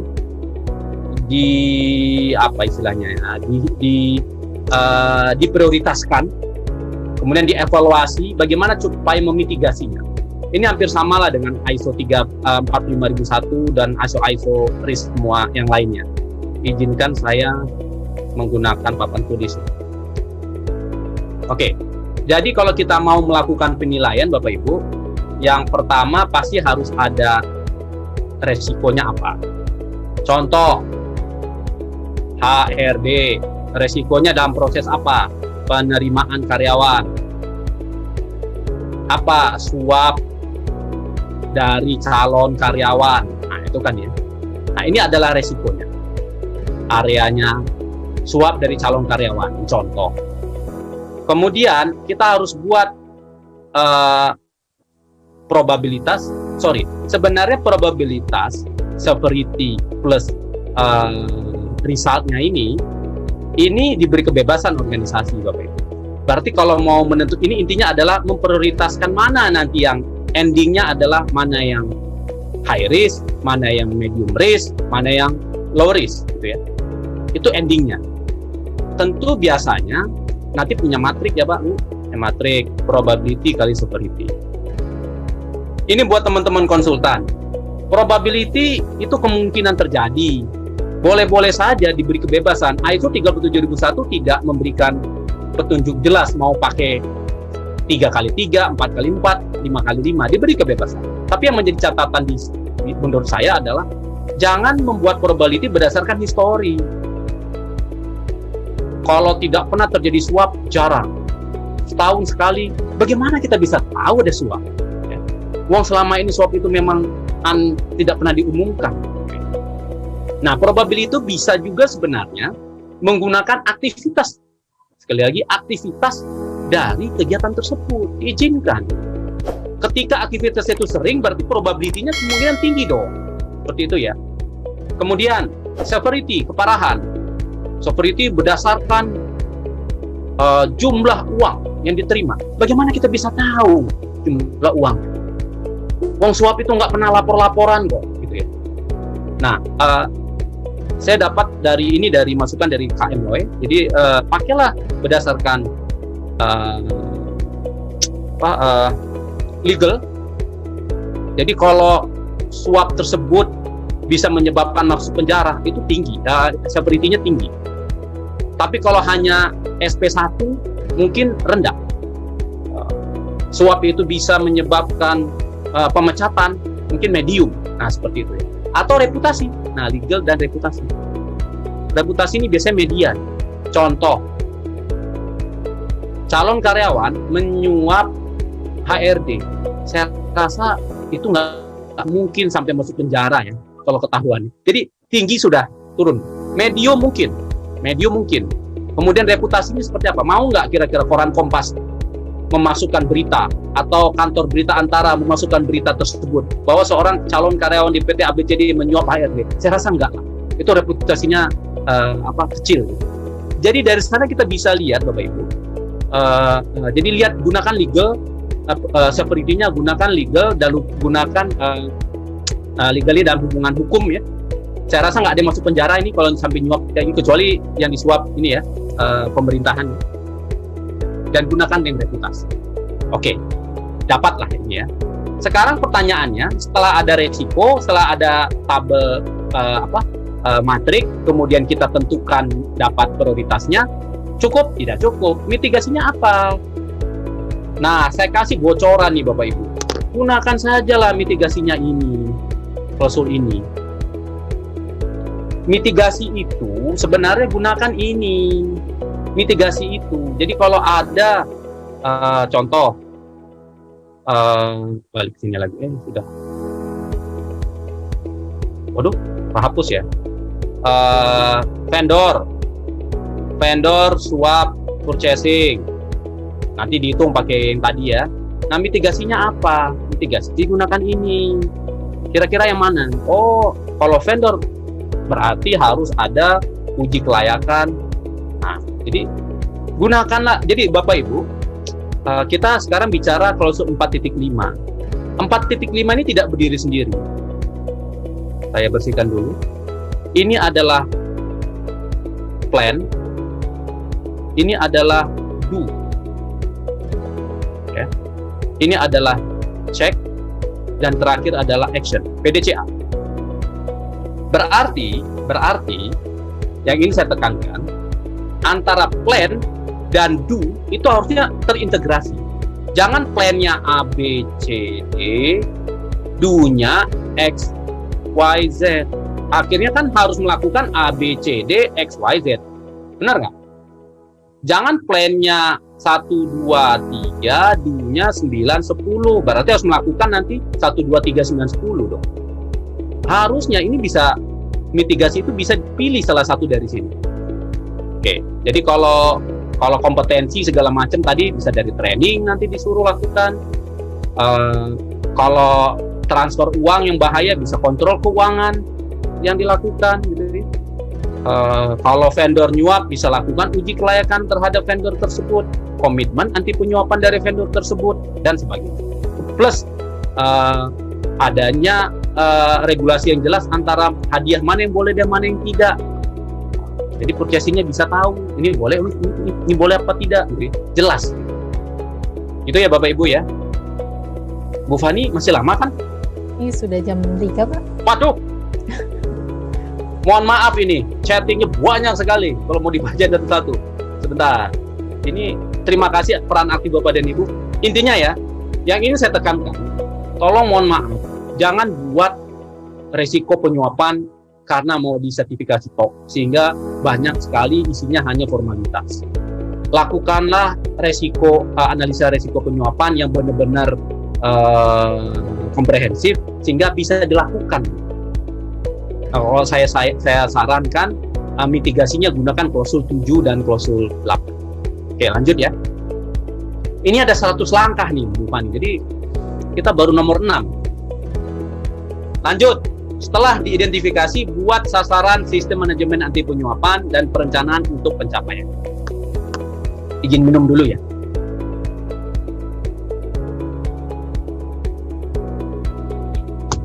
Oke, ini adalah mandatori di semua sistem manajemen. Mau standar apapun pasti dia minta target. Kenapa sih? Kenapa sih? Karena ibu bapak tadi saya sempat mengatakan definisi sistem manajemen adalah apa tadi? Punya kebijakan, punya sasaran, dan identifikasi proses apa agar kebijakan dan sasaran. Jadi ini ada planning di sini atau planning. Berarti yang kita bahas barusan itu nanti adalah ini Bapak Ibu. Kebijakan ini strategi. Saya tidak katakan kalau ibu bapak buat sasaran zero bribery itu tidak tepat. Tapi bagi saya zero bribery itu adalah kebijakan. Karena itu strategi.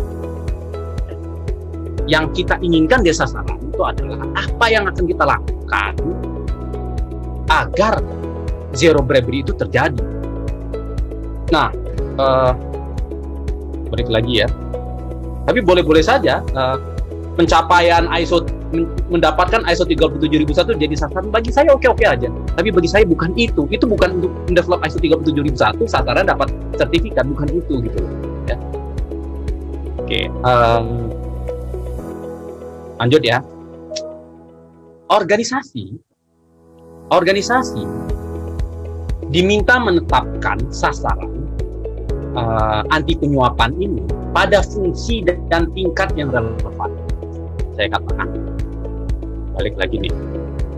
Jadi organisasi diminta membuat sasaran pada fungsi dan tingkat yang relevan. Berarti Bapak Ibu, kalau kita baca statement ini, kita harus cek fungsi dan tingkat apa saja yang harusnya punya sasaran. Yang punya potensi penyuapan, buatlah sasaran. HRD, buat dong sasaran. Karena HRD kan ada penyuapan dari calon karyawan. Siapa lagi? Dari yang mau dapat rotasi, mau yang dapat promosi, mutasi, itu kan bisa jadi potensi. Atau purchasing. Nah, purchasing ini bisa dapat, mohon maaf yang teman-teman bekerja di purchasing, bukan menuduh, tapi ini memang punya potensi dan punya resiko penyuap, menerima suap. Atau marketing atau komersial, bagian komersial ini kemungkinan memberi. Atau top manajemen juga kemungkinan memberi. Fungsi dan tingkatan ini dibuatlah target. Jadi saya berharap target ini melekat pada fungsi dan tingkatan yang relevan dalam organisasi yang berhubungan dengan suap. Oke, sekarang pertanyaannya, waduh ini chatting saya masuk terus dari tadi, tang bunyi terus. Mohon maaf ya Pak, karena saya takut nanti kalau saya bacakan waktu ya. Tapi yang ingin saya tekankan di sini, Pak, nanti ada pertanyaan, kalau saya mau masukin HRD, kira-kira apa yang harus ditulis? Itu kan problemnya ya Pak ya, Bu ya. Gunakan saja klausul ini. Jadi kalau HRD ya tentu nanti targetnya yang berhubungan dengan training gitu ya. HRD yang berhubungan dengan uji kelayakan personal ya. Nanti uji kelayakan personal tuh HRD. Uji kelayakan nanti ada 3, personal, rekan bisnis, dan project. Personal, rekan bisnis, dan project. HRD lakukan kontrol keuangan, HRD nggak perlu lah seperti itu ya. Dan seterusnya. Lagi, Pak, kalau kira-kira untuk target untuk bagian purchasing, purchasing uji kelayakan rekan bisnis bisa. Purchasing, Max dikasih target bahwa semua rekan bisnisnya wajib komit terhadap anti penyuapan. Bukan komit sembarangan komit ya Pak, bukan komit. Ini mohon maaf, saya beberapa kali ikut bukan tender ya, ikut organisasi kami beberapa kali ikut dalam sebuah menang lah. Kemudian tim fungsi kepatuhan mereka memberikan saya meminta tanda tangan. Saya katakan, saya pejam mata pun saya bisa tanda tangan itu. Bukan itu ya, bukan komitmen dalam bentuk tanda tangan tok ya. So apa? Kita harus tahu komitmennya yang lebih benar-benar itu. Saya kasih contoh. KAI saat itu sudah vendor-vendornya untuk memberikan komitmen. Tapi ini trainingnya Pak, dikasih tahu ini yang boleh, ini yang tidak, dan dilibatkan KPK. Bagi saya itu luar biasa. Bagi saya itu jadi dilibatkan KPK gitu dalam menginformasikan tentang sistem manajemen anti suapnya. Wow, bagi saya itu luar biasa. Sorry, tentang etiknya lah ya, saat itu belum ada ya, tentang etiknya. Bagi saya itu luar biasa. Itu yang purchasing dan seterusnya. Oke, lanjut ya, Pak Bu. Oke, sebentar, saya bacakan dulu, saya cek dulu. Ini ada dari tadi chatnya masuk terus. Mohon maaf Bapak Ibu yang belum sempat dibaca. Mohon maaf, kita mau extend sampai jam berapa kira-kira? Aduh, Bapak Ibu, saya minta izin 30 menit, 3.30, boleh ya? 3.30 boleh. Oke. Nanti Bu Fani, nanti di belakang saya kasih ini aja, hotline-nya WQA. Jadi kalau ada yang mau bertanya secara teknis, ajukan ke hotline WQA, nanti berusaha saya akan jawab. Oke, baik. Ya. Pak Iwan, nanti tolong ditulis di chatting, hotline WQA. Kalau memang ada yang belum terjawab, nanti saya akan jawab di sana, gitu ya. Tapi dicatat saja nomornya, supaya saya tahu bisa jawab nanti ke nomor WA Bapak dan Ibu semua. Mohon maaf, 3.30 ya target ya. Oke Pak, silakan. Uji kelayakan itu ada 3. Pertama personal, sorry nanti saya bahas di belakang ya, tapi nggak apa-apa karena ditanya sekarang. Personal Pak, kedua uji kelayakan terhadap project, ketiga uji kelayakan terhadap rekan bisnis. 3 ini. Contoh, marketing yang harus lakukan uji kelayakan project gitu ya. Tapi kalau HRD lakukan uji kelayakan personal. Mungkin ya, tapi nanti dilihat fungsi dan sistem di organisasi masing-masing. Apakah uji kelayakan ini berupa formatnya, berupa SOP atau seperti apa? Saya nggak utamakan SOP, saya utamakan implementasi Pak Gayu. So, saya sarankan, kalau mau ada SOP bagus, itu uji kelayakan kalau ada SOP bagus, tapi lebih utama di implementasi. Dan saya sarankan buat form saja. Jadi kalau dalam bentuk dokumen ada formnya yang harus di nama perusahaan apa, kemudian uji kelayakan apa, contoh uji kelayakan rekan bisnis. Nanti tolong lihat di klausul ISO apa isi-isi yang harus dilakukan uji kelayakan ada di sana. Itu sangat detail. Gitu ya. 8.2 kalau nggak salah uji kelayakan gitu. 8.2. Oke, itu dulu ya pertanyaan. Saya balik lagi karena waktu. Oke, sampai kita sudah. Jadi buatlah sasaran dan buatlah perencanaan untuk mencapainya. Oh ya, saya kasih contoh. Jadi sasaran itu bisa diambil tadi seperti saya ambil contoh satu ya. Pakai ini deh. Udah muncul ya Pak Bu ya. Sasaran itu bisa diambil misalnya HRD melakukan uji kelayakan terhadap pegawai yang memiliki risiko tinggi penyuapan. Itu adalah sasaran. 100% targetnya. Harus smart, spesifik, measurable, achievable, realistic. Tidak perlu seluruh karyawan, tapi khusus karyawan yang memiliki risiko di atas risiko tinggi penyuapan. Nah, kemudian apa planningnya? Tadi kan dikatakan harus ada planning. Ya, satu buatlah checklist, dianalisalah posisi apa saja yang harus dilakukan uji kelayakan, siapa yang melakukan uji kelayakannya, kemudian orang yang melakukan uji kelayakan di training. Jadi jangan dikasih form disuruh melakukan uji kelayakan, dia bingung ini buat opo, ini uji opo sih. Ini mohon maaf nih, tim fungsi kepatuhan yang harus kerja keras. Banyak tim fungsi kepatuhan memberikan form kepada purchasing tanpa ada training khusus bagaimana mengisi uji kelayakan rekan bisnis. Sehingga mohon maaf, akhirnya hanya cek itu cuma di klik. Ya, akhirnya kita jadi formalitas lagi ya Pak. Nanti akan ketahuan ketika diaudit. Mana ininya, bagaimana cara ngisinya gitu ya. Nah, itu seperti itu ya. Oke, jadi bisa di training. Nah, itu planning, itu adalah planning dari sasaran tadi. Jadi perencanaannya seperti itu. Lanjut ya. Ini baru nomor 6. Nomor 7. buat prosedur. Bapak Ibu, jangan khawatir. Saya tahu nih materinya cukup banyak, temanya cukup banyak. Nanti saya kasih link. Bu Fani, kan kemarin saya sudah buat link tree ya. Ya Pak. Link tree, tolong nanti dibagi saja itu di akhir acara, tapi ya, jam sekarang di akhir acara di chat. Di link tree itu saya sudah kasih link Bapak Ibu, itu isinya semua informasi tentang 37.001. Langkah-langkahnya apa, SOP, dokumen apa saja yang diperlukan, dokumen wajibnya apa, dokumen sunahnya tidak wajibnya apa, dokumen yang diperlukan apa, record yang dibutuhkan apa, semua ada di situ. Oke, paling tidak sekarang saya karena waktu terbatas saya sampaikan saja, paling tidak harus ada kebijakan lah ya. Ruang lingkup harus ada, sasaran target harus dibuat. Prosedur untuk pencegahan penawaran penerimaan hadiah. Jadi prosedur itu wajib, itu salah satu yang paling oke. Saya curhat ya Pak. Tahun 2001, 20 tahun yang lalu, sebuah perusahaan yang saya bergabung di sana itu sudah punya sistem FCPA. Mereka punya sistem mana penerimaan pemberian hadiah, mana yang boleh dan mana yang tidak. Saya kaget, ini buat apa sih? Waktu itu saya masih unyu-unyu ya Pak, Bu. Jadi baru kerja 5 tahun, 6 tahun gitu ya. Nyopo ini. Tapi setelah saya baca-baca dan setelah saya pelajari 37.001, saya jadi ingat.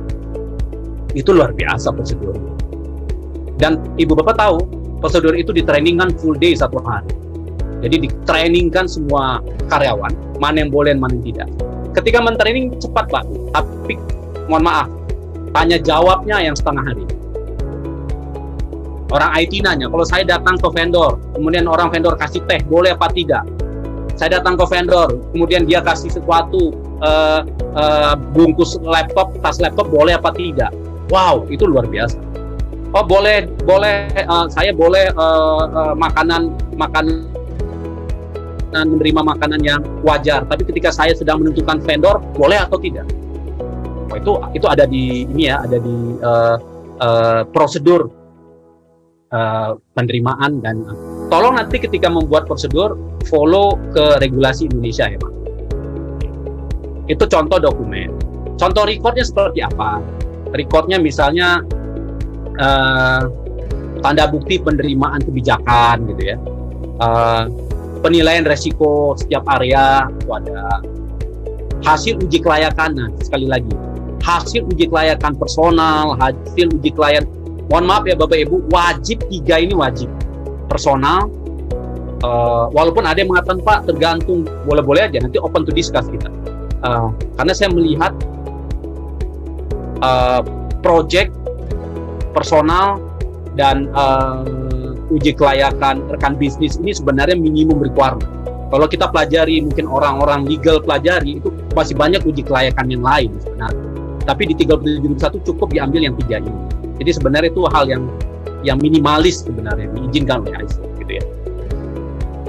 Catatan kompetensi itu juga ini. Oh, catatan training. Dari situ aja kita bisa lihat tuh Pak. Kalau saya lihat, pasti saya audit ini trainingnya mana ya. Kalau trainingnya mohon maaf sangat general, umum, bagaimana orang bisa memahami gitu ya. Jadi itu adalah dokumentasi yang harus disiapkan.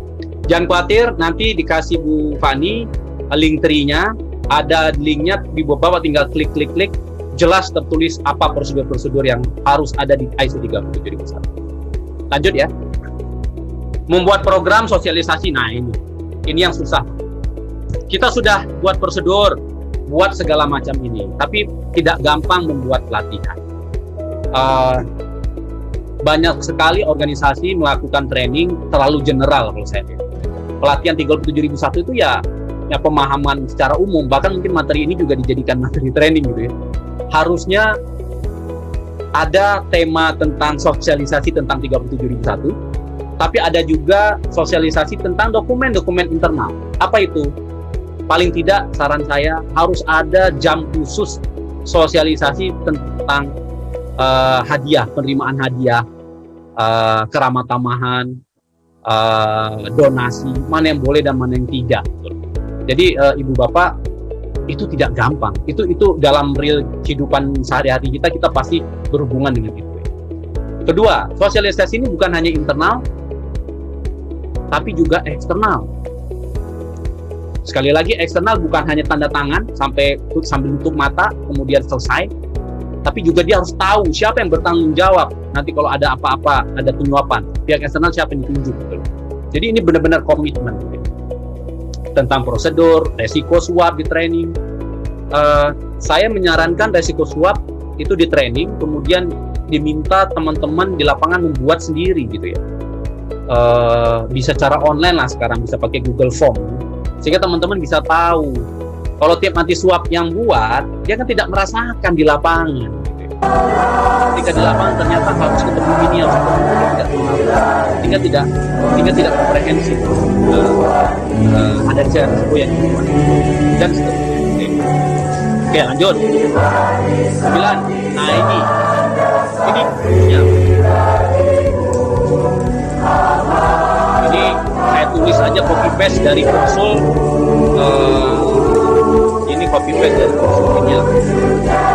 8, 7 dan 8. Saya persingkat bukunya dan 8. Jadi organisasi yang mau menerapkan ISO 37001 wajib melakukan kelayakan, wajib kontrol keuangan. Pak, apa kontrol keuangannya? Itu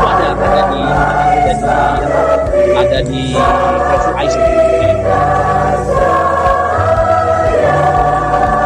nanti tinggal bisa dilihat kurangi pembayaran cash, ya, persetujuan pembayaran lebih dari 2 orang. Ini lucu ya. Ada beberapa aktivitas di mana yang menerima si A, yang mencari vendor si A, yang membeli barang si A, semuanya sih tidak sampai dari satu ya. Itu kalau aturan keuangan. Kemudian komitmen, tadi saya sudah katakan membadarkan bisnis. Prosedur ini dia, prosedur pemberian hadiah. Bapak Ibu, organisasi diberikan kebebasan melarang atau membolehkan. Saya rasa sih boleh-boleh saja kalau dilarang, Pak, kami tidak boleh memberi, bahkan tapi jujur, makanya di ISO 37001 masih diizinkan. Memberi dan menerima masih diizinkan selama ada rambu-rambunya. Nah, untuk itu perlu dibuatkan prosedur mana yang boleh, gitu ya. Oh, kami dulu di beberapa perusahaan multinasional mereka menerima maksimum hanya 100.000, 500.000, ada yang $10, ada yang $100, monggo-monggo aja, gitu ya. Nah, itu diatur. Oke, kemudian pelaporan. Nah, dibuat SOP-nya bagaimana pelaporan, kepada siapa melapor. Bapak Ibu, ya jujur aja, ini orang kan ngeri-ngeri sedap ya melapor ya. Saya nanti kalau ngelapor malah saya yang kena. Makanya pelaporan tanpa identitas atau tanpa nama diizinkan. Jadi saran saya, buatlah fasilitas pelaporan tanpa nama. Apa contohnya? Ada yang contoh fasilitas pelaporan tanpa nama, tanpa diketahui identitas. Kasih saya masukan. Ayo. Ada yang mau kasih masukan? Pelaporan tanpa identitas itu apa ya toolsnya? Kotak saran boleh, walaupun harus nulis ya Pak. Dropbox boleh. Kotak saran itu sekarang ngeri-ngeri sedap juga karena ada CCTV di atasnya biasanya. Pakai era digital apa? Dropbox mungkin dimasukkan saja, siapa yang mau buat laporan tinggal masukkan, tapi bisa track sama orang IT ya. Google Form, wah ini luar biasa nih Pak Quantonius. Google Form walaupun nanti katanya orang IT masih bisa ngetek tapi susah lah gitu ya. Bagi saya oke. Online report system boleh, link pengaduan. Jadi yang saya sering lihat sekarang pelaporan tuh hanya lewat telepon boleh Pak, nomor handphone boleh, tapi ketika orang sudah nelpon kan yang nelpon ketahuan. Nomor WA, berarti kan dia harus beli nomor baru dulu buat ngakalin supaya tidak ketahuan siapa yang lapor. Setuju ya? Jadi buatlah Telegram, WA bot boleh. Telegram boleh Pak, WA boleh, tapi dia berarti harus buat identitas lain dulu baru bisa ngelapor. Bagi saya Google Form itu cukup saat ini ya, di Google Form atau lewat di website, orang bisa isi form di website, siapapun bisa ngisi, itu adalah bagus sekali. Oke. Apakah ada jaminan hukum untuk pelaporan? Itu ada di, bukan hukum sih Pak, kalau di ISO 37.2001. Pelaporan ini diminta sangat dirahasiakan. Kedua, dilarang adanya pembalasan. Makanya nanti ketika di prosedur harus ada itu, Pak. Sorry, kita ngomong prosedur ya, Pak, sekarang ya, Pak. Tapi, Pak, implementasi nanti gimana? Saya rasa itu tantangan di kita. Beberapa kejadian kemarin di beberapa organisasi, saya baca di koran, baca di ini, yang ngelapor malah dipindahkan gitu ya. Malah, makanya laporan tanpa sebenarnya laporan tanpa identitas itu adalah mencegah terjadinya pembalasan. Seperti itu ya Pak. Pak, kalau hadiah tersebut dari klien kepada kita dan juga kepada pemilik perusahaan, klien ini maksud customer ya, customer ya, bukan vendor ya. Intinya gini, selama tidak melanggar vendor, kalau vendor tadi kan saya jawab ini dua Pak tadi Pak. Kalau saya anggap itu semua vendor tuh kalau ngasih ke kita pasti ada tujuannya, karena ada pihak ketiga nanti yang melihat. Tapi untuk saat ini jawaban saya, lihat dulu regulasi di perusahaan organisasi Bapak. Kalau pemerintahan udah pasti nggak boleh lah ya. Tapi kalau swasta, lihat sudah ada sistem atau belum. Kalau boleh, ya boleh diterima gitu. Tapi kalau boleh pun kan ada batasan-batasan ya Pak. Contoh, di beberapa organisasi itu membatasi yang tadi saya katakan, maksimum di bawah 500.000 bukan berupa uang boleh. Nah, boleh-boleh aja ya Pak. Seperti itu.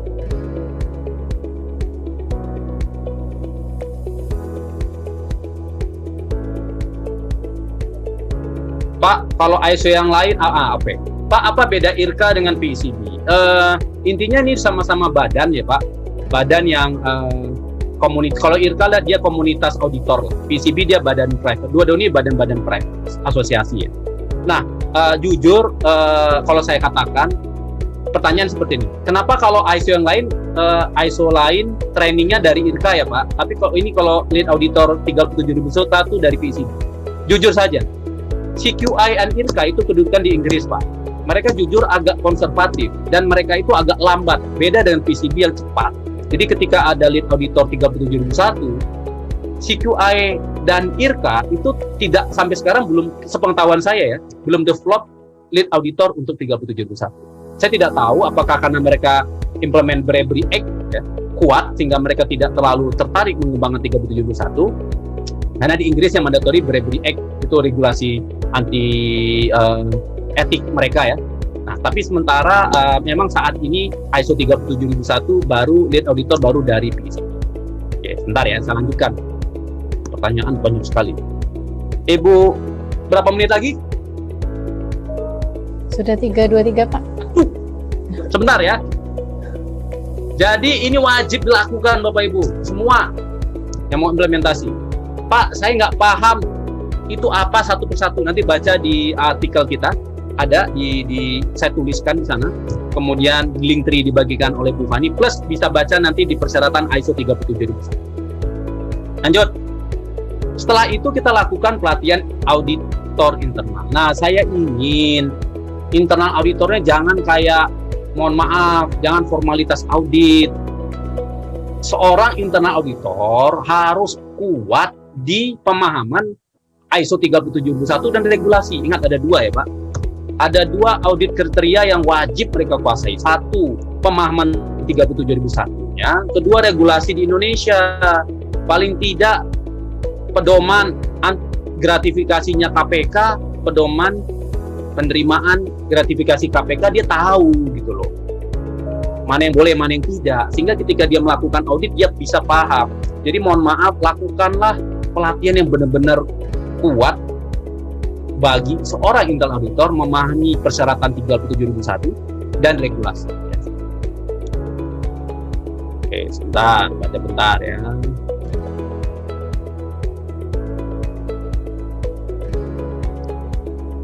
Lanjut.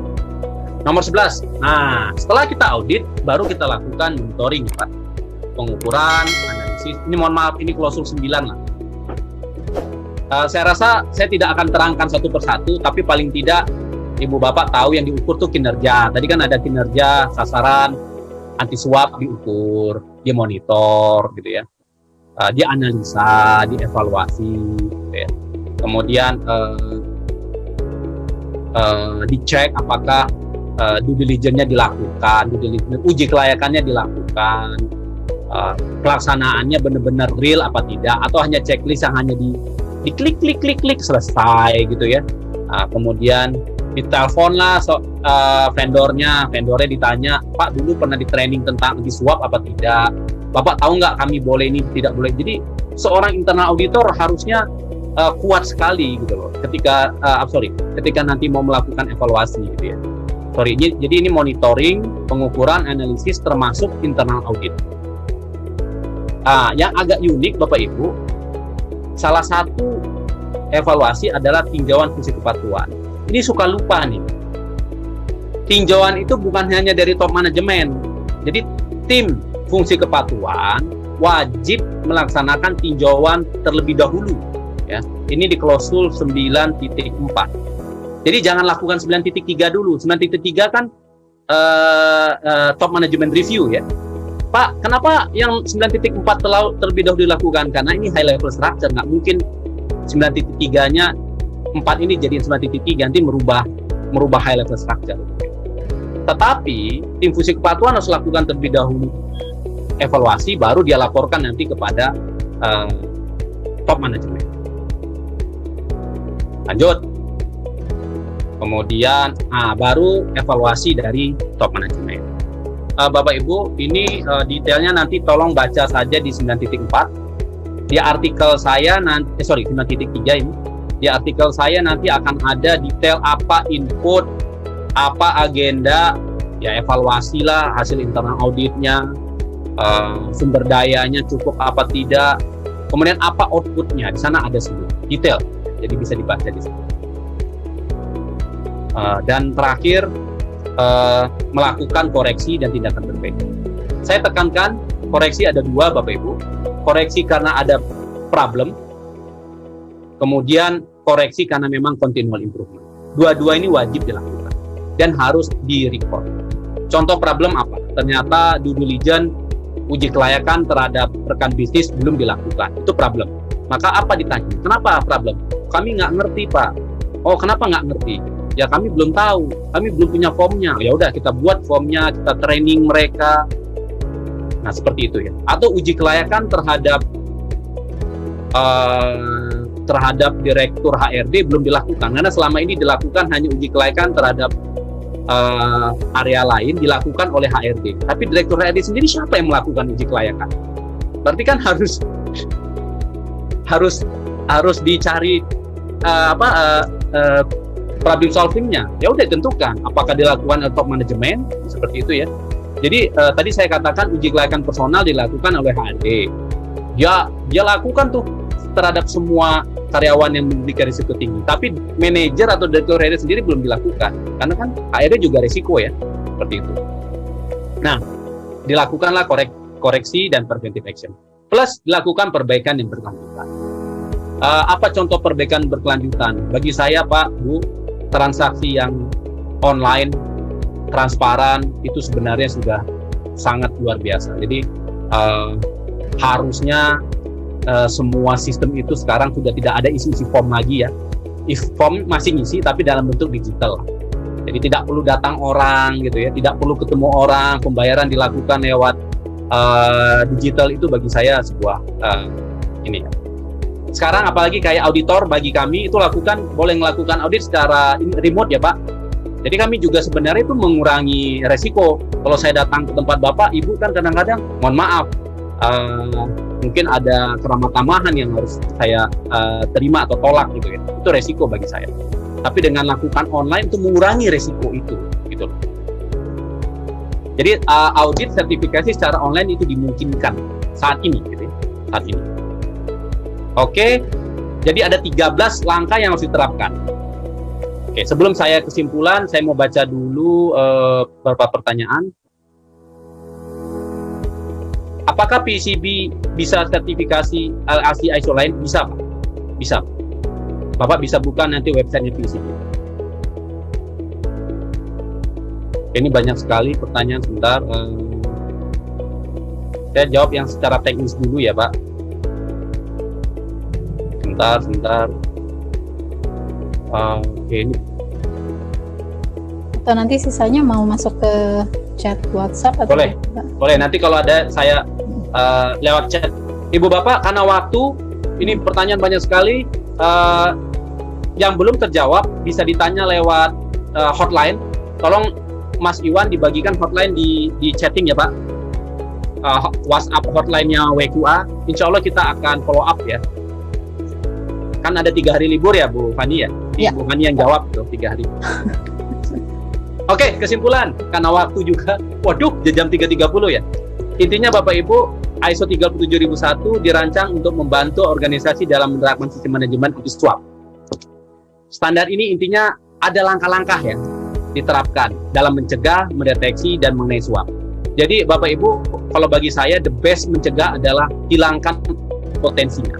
Nah, pakai saja kalau di ISO 45001 eliminate gitu ya. Boleh-boleh saja kita gunakan gitu. Eliminate atau substitute gitu ya. Bagi saya prosedur-prosedur itu nomor 3 di situ rendah itu ininya. Kalau bisa dieliminate. Seperti Pak Jonan mengeliminasi loket dari dari airport, itu bagi saya luar biasa. Oke. Saya rasa cukup materi hari ini. Mohon maaf lewat dari jadwalnya 30 menit. Mohon maaf juga banyak sekali pertanyaan yang belum sempat dijawab. Ibu Bapak, kalau saya belum jawab, jika berkenan catat nomor hotline WQA yang ada di chatting. Tolong sekali lagi tulis pertanyaan di sana sehingga kami bisa menjawab langsung ke direct Ibu dan Bapak. Sekali lagi mohon maaf. Oke, Mas Iwan, ini nanti lembar evaluasi ada di bawah ya, Wan ya? Oke, baik. Saya informasikan sedikit ya Pak Aris, mungkin untuk sebelum mengakhiri sesi, ini kita ada evaluasi link yang mungkin bisa dilihat di chat, nanti bisa minta tolong diisi saja. Oke, untuk setelah ini mungkin pertanyaan juga bisa ya Pak ya? Ya, monggo. Ya. Oke, terima kasih. Bu Fani, tolong jangan lupa di chatting, di share link yang itu. Oke, yang Linktree ya Pak? Linktree. Nah, oke. Nanti tolong di share di Linktree. Bentar, saya coba cari juga ya. Coba saya cari. Linktree, sudah?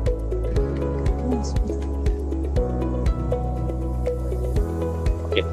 Di Linktree itu nanti Ibu Bapak tinggal klik, itu semua informasi mengenai 37001 lengkap, bisa dipelajari di sana.